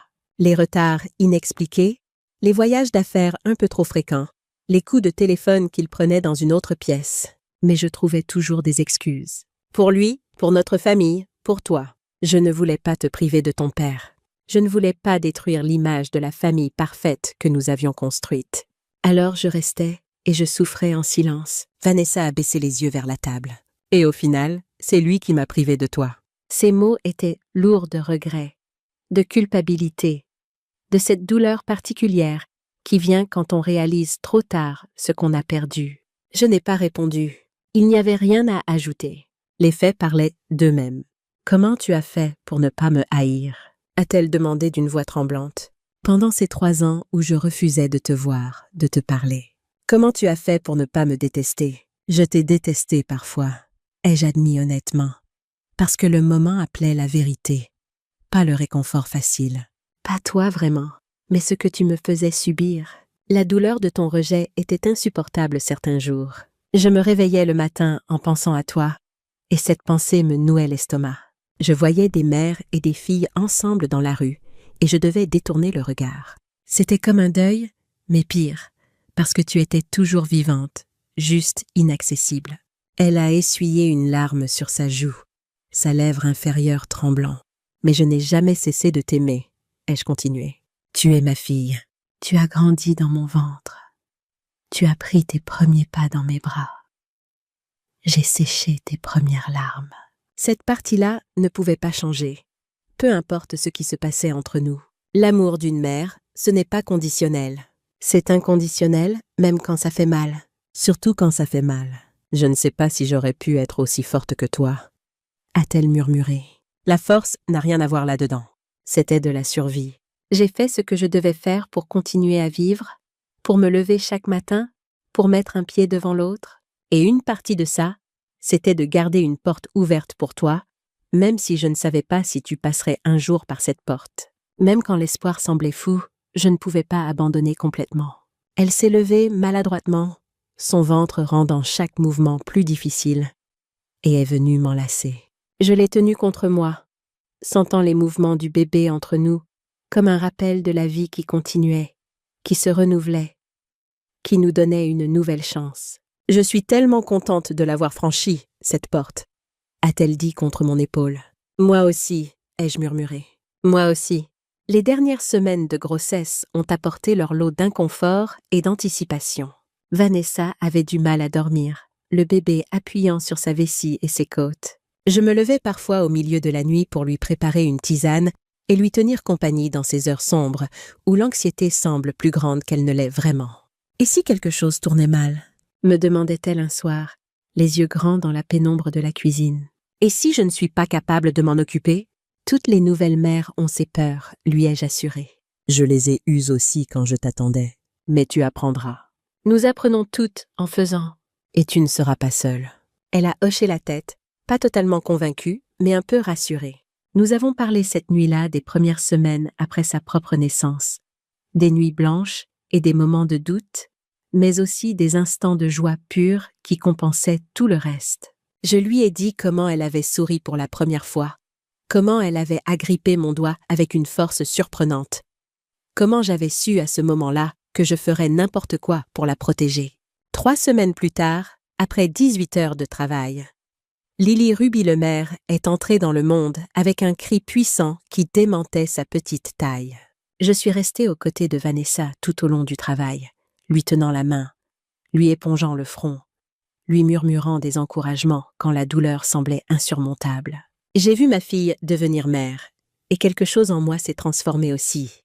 Alors que je me tenais à côté de Vanessa, la regardant tenir sa fille pour la première fois, j'ai été frappée par le cercle de vie qui se déroulait devant moi. 3 générations de femmes Lemaire, chacune avec sa propre histoire, ses propres forces et faiblesses, son propre chemin à parcourir. Le passé, le présent et l'avenir réunis dans cette petite chambre d'hôpital qui sentait le désinfectant et l'espoir. Vanessa a levé les yeux vers moi, épuisée mais rayonnante, des larmes coulant sur ses joues. « Elle a tes yeux, maman. » J'ai regardé le petit visage froissé de ma petite fille, voyant effectivement la même forme d'yeux que Vanessa avait hérité de moi. Ces yeux qui se transmettaient d'une génération à l'autre, portant avec eux une histoire de femme qui avait aimé, souffert et survécu. Elle est parfaite, ai-je chuchoté. la voix étranglée par l'émotion. Absolument parfaite. Les premières semaines avec un nouveau-né ont été à la fois merveilleuses et épuisantes. Lily avait un appétit vorace et un horaire de sommeil chaotique. Vanessa et moi nous relayions pour les tétés nocturnes et les changements de couche, fonctionnant avec un déficit de sommeil chronique, mais soutenu par l'adrénaline de ce nouvel amour. J'ai regardé ma fille se transformer sous mes yeux. La jeune femme anxieuse et incertaine des premiers jours a cédé la place à une mère de plus en plus confiante. Elle apprenait à interpréter les différents cris de Lily, à la calmer d'un bercement particulier, à l'allaiter avec une aisance croissante. Elle commettait des erreurs, bien sûr, nous en commettons toutes, mais elle apprenait de chacune. Dans les mois qui ont suivi, nous nous sommes installés dans un nouveau rythme.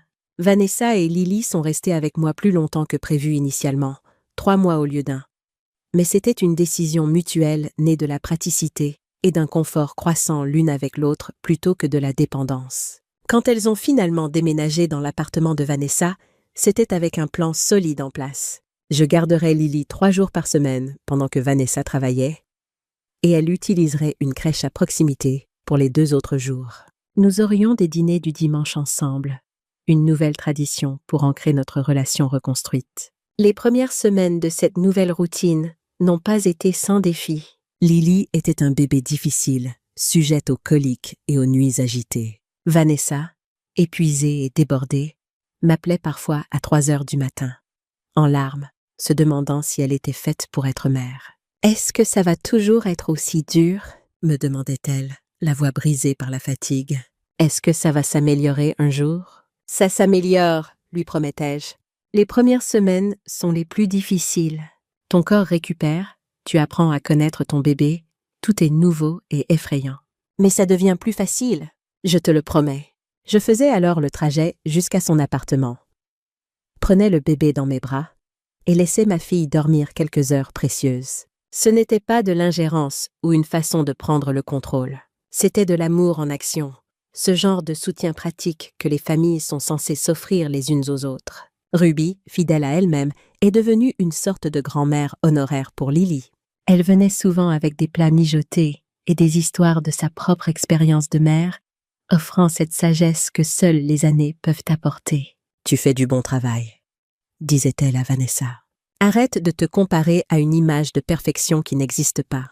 Les vraies mères sont fatiguées, désordonnées et pleines de doutes. C'est comme ça qu'on sait qu'on fait les choses bien. » Ces mots semblaient apaiser Vanessa d'une manière que mes propres assurances ne pouvaient pas toujours atteindre.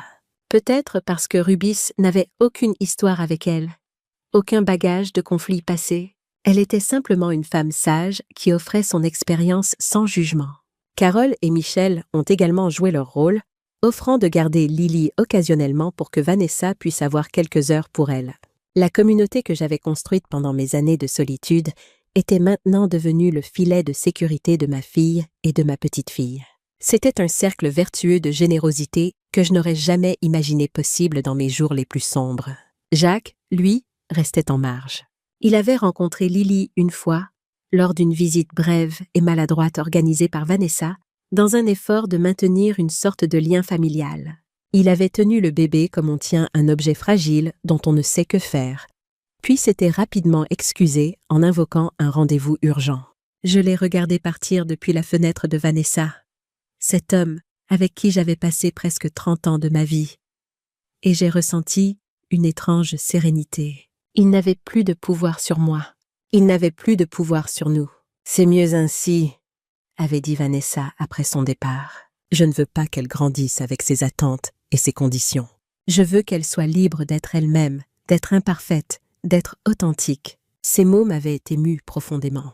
Ma fille avait vraiment appris de nos erreurs collectives.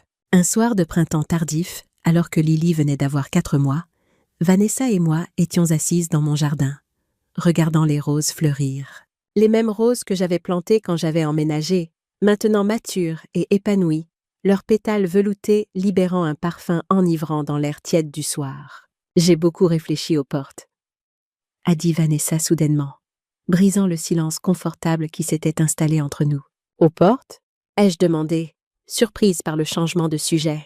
Elle a hoché la tête, berçant doucement Lily qui s'était endormie dans son porte-bébé. « Il y a 3 ans, quand je t'ai fermé ma porte, pensant que je me protégeais, que je te privais de quelque chose. Mais en réalité, je me suis juste enfermée avec des mensonges. J'ai créé ma propre prison et j'ai jeté la clé. Et maintenant? Ai-je demandé doucement. Maintenant, j'apprends à garder les bonnes portes ouvertes, a-t-elle dit, jetant un regard à sa fille endormie. Pour elle, pour toi, pour moi-même, et à reconnaître lesquelles doivent rester fermées. Comme la porte vers l'utilisation des gens quand on a des problèmes. Ai-je suggéré gentiment. Elle a grimacé, mais a hoché la tête. Exactement. Et la porte vers vivre au-dessus de ses moyens pour maintenir les apparences. La porte vers croire ce qui est pratique plutôt que ce qui est vrai. La porte vers fuir ses responsabilités.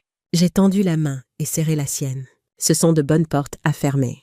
Des portes difficiles, mais nécessaires. Et toi, maman? Quelle porte fermes-tu? J'ai considéré la question, regardant un papillon se poser sur l'une de mes roses. La porte vers le doute de ma propre valeur. La porte vers mesurer ma valeur à travers les yeux de quelqu'un d'autre. Et la porte vers laisser l'amour m'aveugler aux signaux d'alarme.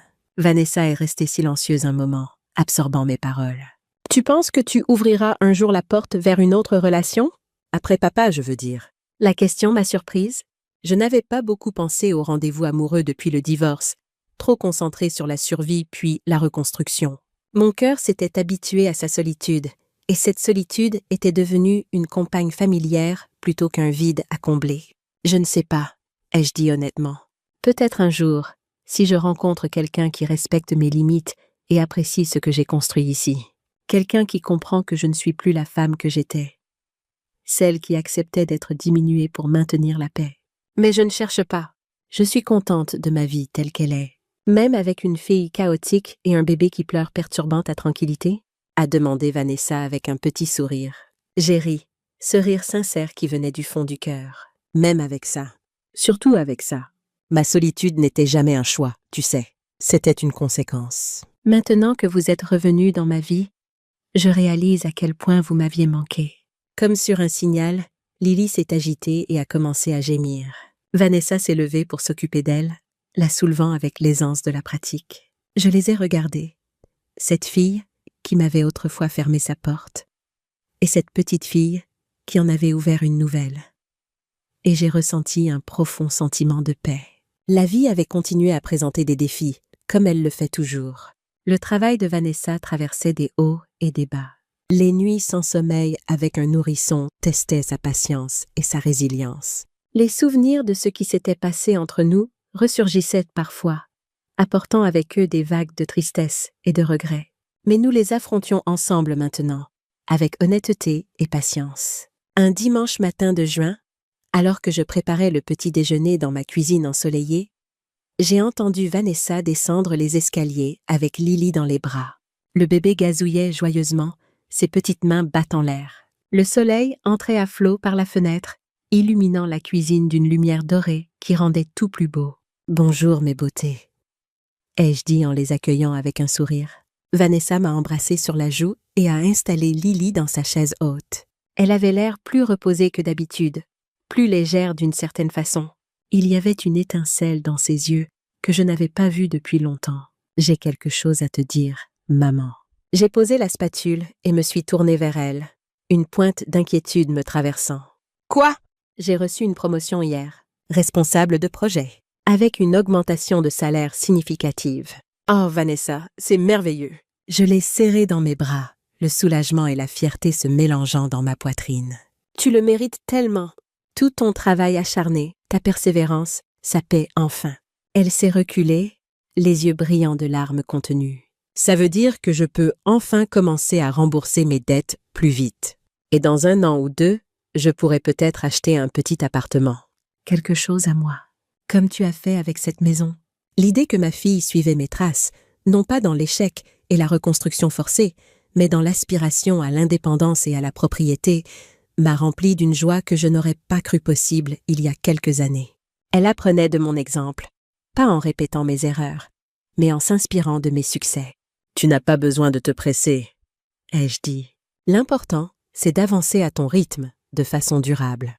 Les raccourcis mènent souvent à des impasses. Je sais, c'est ce que tu m'as appris. Pas par les mots, mais par l'exemple.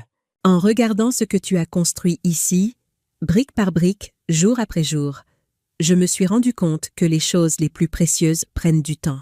Les mois ont continué à défiler, apportant avec eux le changement des saisons et la croissance de Lily. Elle a appris à s'asseoir, puis à ramper, puis à faire ses premiers pas hésitants en se tenant aux meubles. Chaque étape était une célébration. Un rappel que la vie continuait sa marche inexorable vers l'avant. Je la gardais 3 jours par semaine, ces journées devenant le point culminant de ma semaine. Nous chantions des comptines, nous lisions des livres d'images, nous jouions dans le jardin. Je lui montrais les fleurs et les papillons, lui apprenais les noms des couleurs et des formes. Elle m'appelait Mamie, avec un enthousiasme qui me faisait fondre à chaque fois. Vanessa et moi avons développé une routine confortable. Les dimanches étaient sacrés, réservés aux repas en famille et aux promenades dans le quartier. Je l'accompagnais aux rendez-vous médicaux de Lily quand elle le demandait. Elle m'aidait au jardin quand le temps le permettait. Nous n'avions pas effacé le passé, mais nous avions appris à construire sur ses ruines. Un après-midi d'automne, alors que Lily faisait sa sieste et que nous prenions le thé sur ma terrasse, Vanessa m'a fait une confession qui m'a prise au dépourvu. « J'ai vu papa la semaine dernière », a-t-elle dit, les yeux fixés sur sa tasse. Je n'ai pas répondu, attendant qu'elle continue, sentant mon estomac se nouer légèrement. Il m'a demandé de l'argent, pour un investissement sûr selon lui, un projet immobilier infaillible. Ces vieilles ficelles, toujours les mêmes. J'ai senti mes entrailles se nouer davantage. « Et qu'est-ce que tu as dit ?» Je lui ai dit non. Elle a levé les yeux pour rencontrer les miens, et j'y ai vu une force nouvelle, une assurance qui n'était pas là 3 ans plus tôt. Je lui ai dit que je ne le finançais plus et je ne le croyais plus, et que s'il voulait avoir une relation avec sa petite fille, ce serait à mes conditions, pas aux siennes. Des conditions basées sur l'honnêteté et le respect, pas sur l'argent et les manipulations. La fierté que j'ai ressentie à cet instant était presque douloureuse dans son intensité. Ma fille avait finalement vu son père tel qu'il était vraiment, non pas à travers mes yeux, mais à travers les siens propres. Elle avait tiré ses propres conclusions et posé ses propres limites. Comment a-t-il réagi? Il était furieux, bien sûr. Il a dit que j'étais devenue exactement comme toi, comme si c'était une insulte, comme si être comme moi était la pire chose qui puisse arriver. Elle a souri légèrement, un sourire qui contenait des années de leçons apprises à la dure. Je lui ai dit que c'était le plus beau compliment qu'il m'ait jamais fait. J'ai tendu la main à travers la table et j'ai serré la sienne, sentant la chaleur de sa peau, la solidité de sa présence. Je suis fière de toi, Vanessa. Ce n'était pas facile de lui tenir tête comme ça, de voir la vérité après avoir cru ses mensonges pendant si longtemps. Non, mais c'était nécessaire, pour moi et pour Lily. Elle mérite mieux que les manipulations et les mensonges. Elle mérite la vérité, même quand elle est difficile. Surtout quand elle est difficile. C'est la leçon la plus importante que tu puisses lui enseigner. L'hiver est arrivé doucement cette année-là, apportant avec lui des journées courtes et des soirées confortables au coin du feu. La maison sentait le pain d'épices et les pommes cuites, ces parfums qui évoquent les fêtes et la chaleur familiale. Lily a eu 1 an en janvier et nous avons organisé une petite fête à la maison avec Ruby, Carole, Michel et quelques autres amis proches. La maison débordait de rires et de chaleur humaine, si différente de la solitude glaciale de mon appartement d'il y a 4 ans. Alors que les invités partaient un à un et que Vanessa couchait une Lily épuisée mais heureuse, je me suis retrouvée debout devant la fenêtre du salon, regardant la neige tomber doucement sur mon jardin endormi. Les flocons dansaient dans la lumière du réverbère, créant un spectacle silencieux et magique. Chaque flocon était unique, comme chaque moment de cette nouvelle vie que j'avais construite. Ruby s'est approchée de moi, s'appuyant sur sa canne comme elle le faisait toujours maintenant. Son pas était plus lent qu'avant, mais son regard restait vif et perspicace. « Tu te souviens de ce que je t'ai dit il y a des années ?» a-t-elle demandé. « Quand tu étais assise sur ce perron, le cœur brisé par ta fille qui te rejetait ?» Je me suis tournée vers elle, cette femme qui avait été ma première amie dans cette nouvelle vie, mon guide dans les moments les plus sombres. « Tu m'as dit de construire quelque chose de si bien que quand elle reviendrait, elle verrait exactement ce qu'elle avait manqué. Et regarde, elle a fait un geste englobant la pièce, les photos de famille sur les murs, les jouets de Lily dans un coin, les restes du gâteau d'anniversaire sur la table, les empreintes de pas dans la neige devant la fenêtre. Elle est revenue, et elle a vu. J'ai hoché la tête, sentant les larmes me piquer les yeux. Et le plus beau, c'est que ce n'est pas juste elle qui voit, je vois aussi. Je vois ce que j'ai construit, ce que j'ai surmonté. Je vois ma propre valeur maintenant, pas à travers les yeux de Jacques ou même de Vanessa, mais à travers les miens.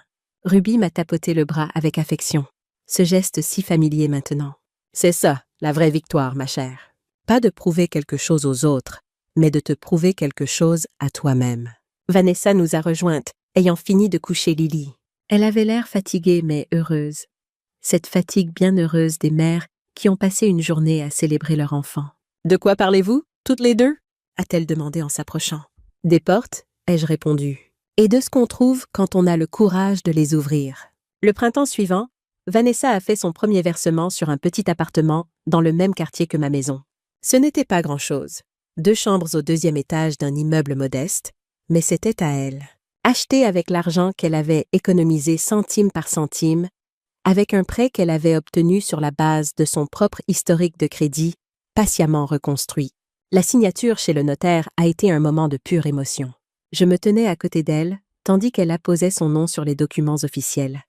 Lily babillant joyeusement dans mes bras, inconsciente de l'importance de ce moment. Quand tout a été terminé et que le notaire nous a félicités, Vanessa s'est tournée vers moi avec des larmes dans les yeux. « Je n'aurais jamais pu faire ça sans toi, maman. »« Pas l'argent. Je sais que tu n'as rien payé. Mais le modèle, l'exemple. Tu m'as montré que c'était possible de tout reconstruire à partir de rien. Et tu m'as appris à le faire avec intégrité, avec patience, avec honnêteté. » Je l'ai serrée dans mes bras, Lily coincée entre nous, protestant contre la compression avec des cris indignés qui nous ont fait rire à travers nos larmes. L'emménagement dans son nouvel appartement a été une affaire de famille et de communauté. Michel et son fils ont porté les meubles lourds. Carole a organisé la cuisine avec une efficacité redoutable. Rubis a supervisé depuis un fauteuil confortable, donnant des ordres que tout le monde ignorait poliment tout en souriant. J'ai cousu des rideaux pour chaque fenêtre, personnalisant l'espace avec des touches de couleur et de chaleur, mettant dans chaque point l'amour que j'avais pour ma fille et ma petite-fille. Le soir, quand tout le monde est parti et que Lily dormait paisiblement dans sa nouvelle chambre, Vanessa et moi, nous sommes assises sur son balcon minuscule, regardant les lumières de la ville scintiller dans la nuit. L'air était doux, portant les parfums du printemps. Et quelque part, un merle chantait encore malgré l'heure tardive. « Tu sais ce que je réalise » a dit Vanessa, après un long silence contemplatif. « Quoi ? Il y a 4 ans, quand je t'ai fermé ma porte, je pensais que je te punissais, que je te privais de quelque chose de précieux. Mais en réalité, c'est moi qui me suis privée. De ta sagesse, de ton soutien, de ton amour inconditionnel. J'ai perdu 3 ans que je ne récupérerai jamais. Nous ne pouvons pas changer le passé. » ai-je dit doucement, posant ma main sur la sienne. Mais nous pouvons choisir comment nous construisons l'avenir. C'est tout ce qui compte, vraiment. Elle a hoché la tête, son regard se tournant vers la fenêtre de la chambre de Lily, où brillait une veilleuse douce. Je veux qu'elle sache cette histoire un jour. Pas pour lui faire haïr son grand-père, mais pour qu'elle comprenne l'importance de la vérité. Et du pardon ? Et de savoir quand fermer une porte et quand l'ouvrir. Elle apprendra, ai-je assuré. Par nos exemples plus que par nos mots. C'est comme ça que les vraies leçons se transmettent, de génération en génération. Nous sommes restées assises là en silence pendant un long moment. 2 femmes que la vie avait brisées puis forgées à nouveau, regardant les étoiles apparaître une à une dans le ciel nocturne. Et j'ai su, avec une certitude tranquille qui m'emplissait tout entière, que nous avions trouvé notre chemin. Pas vers la perfection, car elle n'existe pas, mais vers quelque chose de plus précieux encore, une authenticité durement gagnée, une connexion reconstruite brique par brique sur les fondations de l'honnêteté et du respect mutuel. Un soir d'été, alors que les roses de mon jardin étaient en pleine floraison et que le parfum des fleurs emplissait l'air tiède du crépuscule, nous nous sommes retrouvées toutes les 3 dans ce jardin que j'avais planté de mes propres mains. Lily, maintenant une petite fille de presque 2 ans aux boucles brunes et aux yeux vifs, courait entre les parterres, poursuivant un papillon avec des cris de joie pure. Vanessa et moi étions assises sur le banc que Michel avait construit pour moi l'année précédente, regardant ma petite fille découvrir les merveilles du monde naturel avec l'émerveillement propre à l'enfance. Elle ressemble de plus en plus à toi, a dit Vanessa en souriant. Pas seulement les yeux, la façon dont elle examine les choses, dont elle veut comprendre comment tout fonctionne, cette curiosité insatiable. C'est une exploratrice, ai-je dit avec fierté, comme sa mère. Et comme sa grand-mère, a ajouté Vanessa avec tendresse. Nous avons ri ensemble, ce rire facile et complice qui était devenu naturel entre nous après tant de mois de reconstruction patiente. Ce rire qui disait que nous avions traversé le pire et que nous en étions sortis plus fortes. « Maman, je pensais à quelque chose », a dit Vanessa après un moment. « Quoi donc ? On pourrait lui montrer comment planter des roses le printemps prochain ? Tout le monde devrait savoir comment faire pousser de belles choses. » J'ai regardé ma petite fille, qui s'était accroupie devant un rosier, examinant une fleur avec une concentration intense, digne d'une scientifique. Elle a tendu un doigt prudent pour toucher les pétales, puis s'est retournée vers nous avec un sourire éblouissant qui illuminait tout son petit visage. « Oui ?» ai-je dit, la voix légèrement enrouée par l'émotion. « Je pense que c'est une merveilleuse idée. Nous lui apprendrons ensemble. » Et alors que nous étions assises là, dans le jardin que j'avais planté de mes propres mains il y a maintenant plusieurs années, je savais que la vie apporterait encore des défis, encore des portes à ouvrir et à fermer. Mais maintenant, nous les affrontions ensemble. 3 générations de femmes apprenant des erreurs et des triomphes les unes des autres, construisant quelque chose de plus fort que les tempêtes qui avaient menacé de nous déchirer. Et c'était, ai-je réalisé avec une clarté soudaine, la plus belle chose que j'ai jamais fait pousser. Il y a 3 ans, ma fille m'avait dit que je n'étais plus la bienvenue chez elle. J'avais conduit jusqu'à la maison ce jour-là, avec rien d'autre que mes clés de voiture et un trou béant dans la poitrine, croyant que j'avais peut-être perdu la seule vraie connexion que j'aurais jamais. Mais je n'avais pas perdu. J'avais appris. J'avais appris que parfois les gens qui partagent votre sang peuvent drainer votre esprit plus vite que n'importe quel étranger. J'avais appris que les limites ne sont pas des murs pour empêcher l'amour d'entrer, ce sont des portes qui le protègent, qui le préservent pour ceux qui le méritent vraiment. Et j'avais appris que ma valeur ne se mesure pas à qui choisit de se tenir à mes côtés, mais à comment je me tiens debout quand ils s'en vont. Le soleil se couchait maintenant, projetant de longs rayons dorés à travers mon jardin, transformant chaque pétale de rose en joyau étincelant. Vanessa s'est levée pour attraper Lily, qui commençait à montrer des signes de fatigue, se frottant les yeux avec ses petits poings. Je les ai regardés. Cette fille qui m'avait un jour fermé sa porte avec tant de finalité, et cette petite fille qui en avait ouvert une nouvelle pleine de promesses. Et j'ai ressenti une paix profonde qui m'enveloppait comme une couverture chaude. « Qu'est-ce que tu en penses, Lily ?» ai-je chuchoté alors que Vanessa me passait le bébé somnolent. « On montre à ta maman comment planter des roses au printemps prochain ?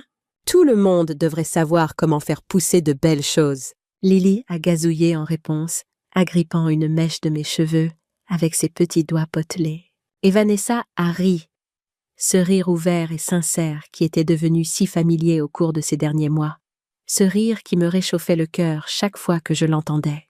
Alors que nous étions assises là, dans le jardin que j'avais planté de mes propres mains, je savais que la vie apporterait encore des défis, encore des portes à ouvrir et à fermer, encore des leçons à apprendre. Mais maintenant, nous les affrontions ensemble. 3 générations de femmes apprenant des erreurs et des triomphes les unes des autres, construisant quelque chose de plus fort que les tempêtes qui avaient menacé de nous séparer. Et cela, ai-je réalisé en regardant le soleil disparaître lentement à l'horizon, peignant le ciel de teintes orangées et roses, était la plus belle chose que j'ai jamais cultivée. Non pas des roses, aussi magnifiques soient-elles, avec leurs pétales veloutés et leurs parfums enivrants. Non pas une maison, aussi fièrement reconstruite soit-elle de mes propres mains, mais cette connexion retrouvée, cette confiance patiemment recousue point par point, cette famille réinventée sur les cendres de ce qui avait été détruit par les mensonges et les malentendus. Les étoiles commençaient à apparaître dans le ciel qui s'assombrissait, scintillant comme des promesses lointaines, Quelque part dans la ville, Jacques vivait toujours sa vie de façade et de manipulation, prisonnier de ses propres choix. Mais je ne pensais plus à lui. Je ne pensais qu'au chemin parcouru, aux leçons apprises, aux portes que j'avais eu le courage d'ouvrir et celles que j'avais eu la sagesse de fermer. Il y a 3 ans, j'avais cru que tout était fini. Que ma vie telle que je la connaissais s'était effondrée sans espoir de reconstruction. Mais en réalité, tout ne faisait que commencer. Un nouveau chapitre, une nouvelle histoire, une nouvelle Christine. Et maintenant, assise dans mon jardin avec ma fille et ma petite fille, entourée par les roses que j'avais plantées et les murs que j'avais reconstruits, je savais enfin ce que signifiait vraiment être chez soi. Ce n'était pas un lieu géographique, un point sur une carte. Ce n'étaient même pas des personnes, bien qu'elles en fassent une partie essentielle. C'était cette certitude tranquille au plus profond de soi qu'on mérite d'être là, qu'on a sa place dans ce monde, qu'on a le droit d'exister, de prendre de la place, d'avoir des opinions et des limites et des rêves. C'était savoir que peu importe ce qui se passe dehors, il y a un endroit à l'intérieur de soi qui reste intact, inviolable, précieux. Un sanctuaire que personne ne peut vous enlever. J'avais passé presque 30 ans à chercher ce sentiment dans le regard de Jacques, dans l'approbation de ma fille, dans les attentes des autres, courant après quelque chose qui ne pouvait venir que de l'intérieur. Et tout ce temps, il m'attendait ici, dans ce petit pavillon que j'avais rebâti de mes mains, dans ce jardin que j'avais cultivé avec patience et amour, dans ce cœur que j'avais réparé point par point, comme les vêtements que je cousais pour mes clients. « Chez soi, c'est là où commence ton histoire », disait la plaque que Ruby m'avait offerte et qui était toujours accrochée à côté de ma porte d'entrée. Elle avait raison, comme toujours.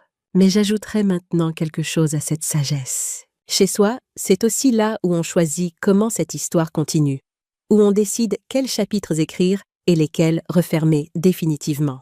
Et moi, Christine Lemaire, 58 ans quand tout s'est effondré, 62 ans maintenant que tout s'est reconstruit, j'avais choisi la vérité. J'avais choisi les limites. J'avais choisi l'amour authentique plutôt que les apparences creuses, la substance plutôt que le superficiel. Et au bout de ce chemin difficile et douloureux, parsemé de larmes et de doutes, j'avais trouvé quelque chose que je n'aurais jamais cru possible dans mes moments les plus sombres. La paix, non pas l'absence de problème, car il viendrait toujours. C'est la nature de la vie. Mais cette assurance profonde et inébranlable que quoi qu'il arrive, je savais maintenant comment me tenir debout, et que les portes de ma maison, de mon cœur, de ma vie, s'ouvriraient et se fermeraient selon mes propres choix. Jamais plus selon ceux de quelqu'un d'autre. Lily s'est endormie dans mes bras, son petit corps chaud et confiant contre ma poitrine, son souffle régulier apaisant comme une berceuse. Vanessa s'est penchée pour l'embrasser sur le front, avec une tendresse qui me rappelait comment je l'embrassais elle, il y a si longtemps, puis elle m'a embrassée sur la joue avec cette même douceur. « Merci, maman », a-t-elle murmuré contre ma joue. « Pour tout, pour ne pas avoir abandonné, pour m'avoir laissé revenir. » Je n'ai pas répondu avec des mots, car certains moments n'en ont pas besoin. Je l'ai simplement serrée contre moi. Ma fille adulte, ma petite fille endormie, les roses parfumées autour de nous et les étoiles scintillantes au-dessus. Il y avait des moments, dans la vie, qui n'avaient pas besoin d'être expliqués ou embellis, analysés ou commentés. Des moments qui se suffisaient à eux-mêmes dans leur simplicité parfaite, dans leur beauté tranquille. C'était l'un de ces moments précieux, et je les savourais pleinement, avec chaque fibre de mon être, sachant que demain apporterait de nouveaux défis, de nouvelles joies, de nouvelles portes à considérer. Mais pour l'instant, dans ce jardin que j'avais planté avec espoir, dans cette maison que j'avais reconstruite avec détermination, entourée des femmes de ma lignée qui portaient toutes les mêmes yeux, j'étais exactement là où je devais être, chez moi. Ces 2 mots simples portaient en eux tout le poids de mon voyage, toute la distance parcourue depuis ce jour glacial où ma fille m'avait fermé sa porte. Il contenait les nuits blanches dans mon petit appartement, le bourdonnement de ma machine à coudre, le goût amer du café que je buvais seule à l'aube. Il contenait aussi la chaleur des amitiés nouvelles, le parfum des roses que j'avais plantées le rire de ma petite fille, qui résonnait maintenant dans ces murs reconstruits.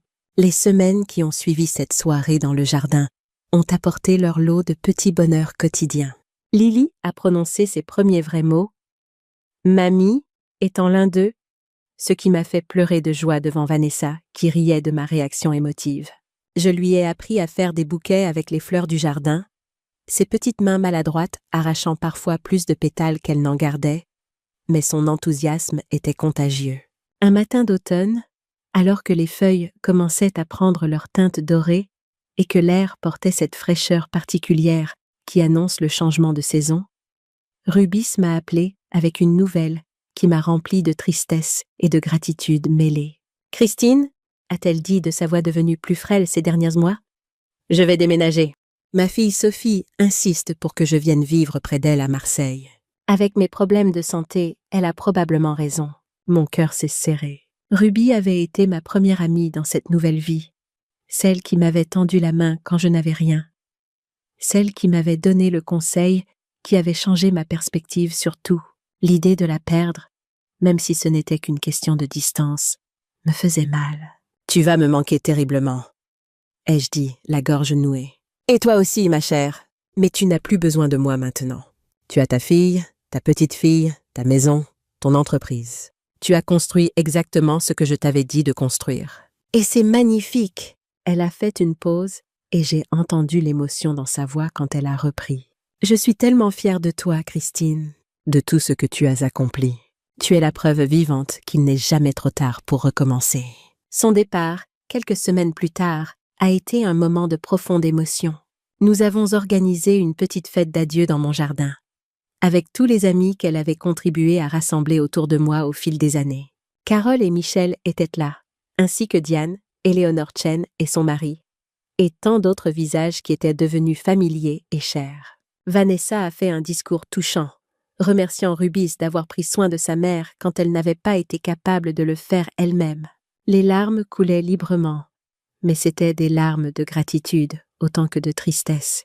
Quand Ruby est montée dans la voiture de sa fille pour partir vers sa nouvelle vie à Marseille, elle m'a serrée dans ses bras une dernière fois. « Continue à planter des roses », a-t-elle murmuré, « et continue à ouvrir les bonnes portes. » La vie après le départ de Rubis a continué son cours, différente mais pas diminuée.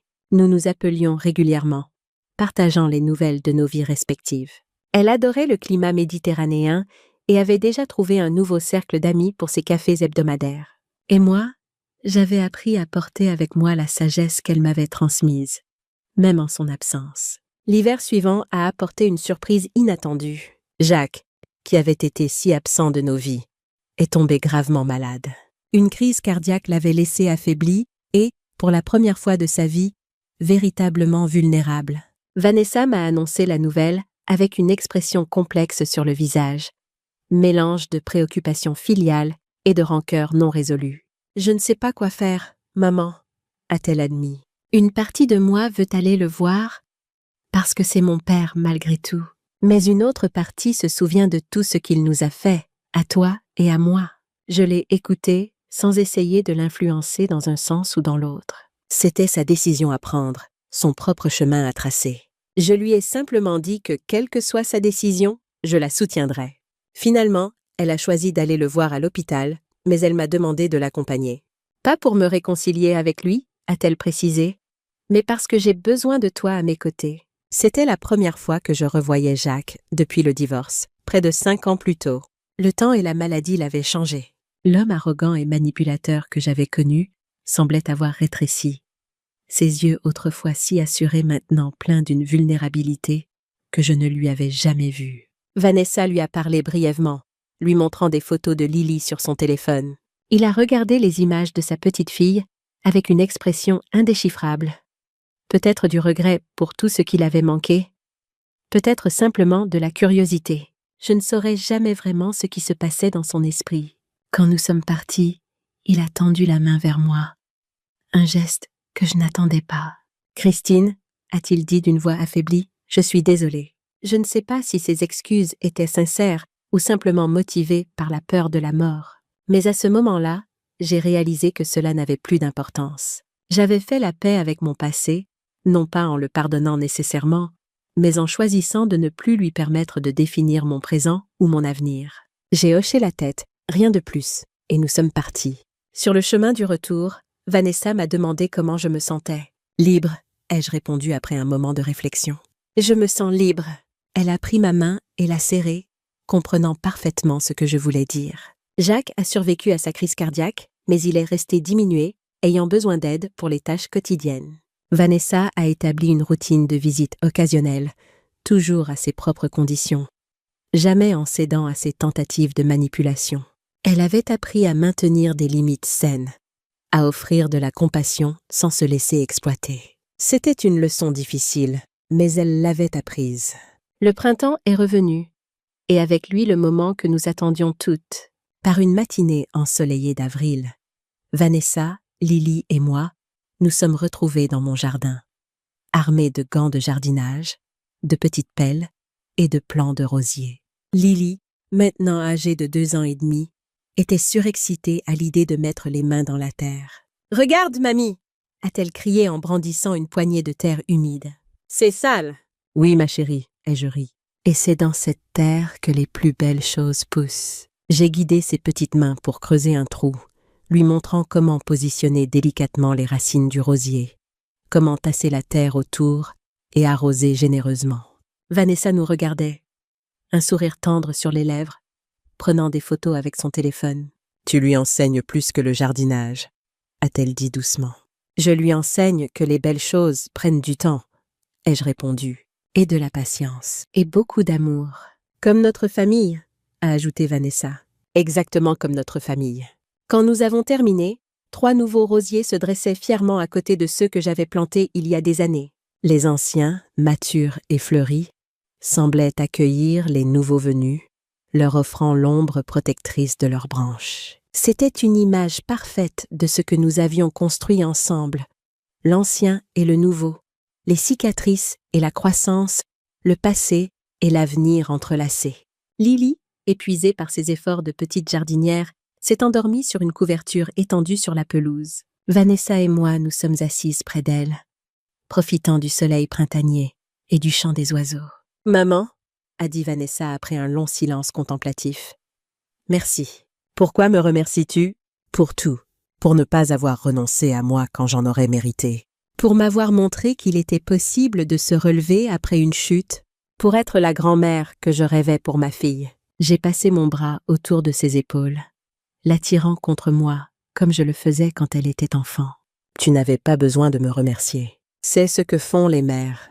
Nous ne renonçons jamais vraiment, même quand nous devrions peut-être le faire. » Elle a ri doucement. « C'est peut-être notre super pouvoir. »« Ou notre malédiction, » ai-je répondu en souriant. « Probablement un peu des deux. » Nous sommes restés là un long moment, regardant Lily dormir, écoutant le bourdonnement paisible du jardin en plein éveil printanier.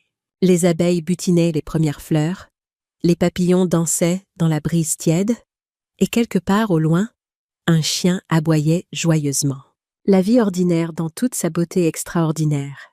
Il y a 4 ans, ai-je dit finalement, j'étais assise seule dans un appartement qui sentait le désinfectant, me demandant si je survivrais au lendemain.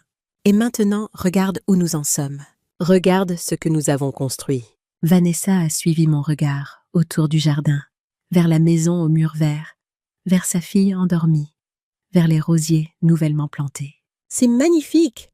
a-t-elle dit. « Et c'est réel. Pas une façade, pas une apparence, c'est authentique. C'est ce qui compte le plus, » ai-je répondu. L'authenticité, la vérité. Même quand elle est difficile, même quand elle fait mal. C'est la seule fondation sur laquelle on peut vraiment construire quelque chose de durable. Lily s'est agitée dans son sommeil, murmurant quelque chose d'incompréhensible avant de se rendormir.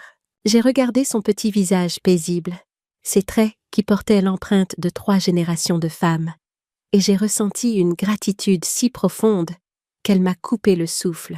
La vie m'avait tout pris à un moment, ma famille, ma maison, ma confiance en moi, mais elle m'avait aussi tout redonné, différent, transformé, peut-être même meilleur. Car maintenant, chaque chose que je possédais, chaque relation que j'entretenais, était le fruit de mes propres choix, de mes propres efforts, de ma propre vérité. Il n'y avait plus de faux-semblants, plus de non-dits, plus de portes fermées par peur ou par orgueil. Il n'y avait que cette vie authentique, imparfaite et belle, que j'avais construite de mes propres mains, point par point, comme les vêtements que je cousais, comme les roses que je cultivais, comme l'amour que je donnais et recevais enfin librement. Le soleil continuait sa course dans le ciel, projetant des ombres mouvantes sur notre petit groupe. Et moi, Christine Lemaire, ancienne femme au foyer, ancienne épouse trompée, ancienne mère rejetée, maintenant entrepreneuse, maintenant propriétaire, maintenant grand-mère adorée, je savais enfin qui j'étais et où était ma place dans ce monde. Chez moi, vraiment chez moi.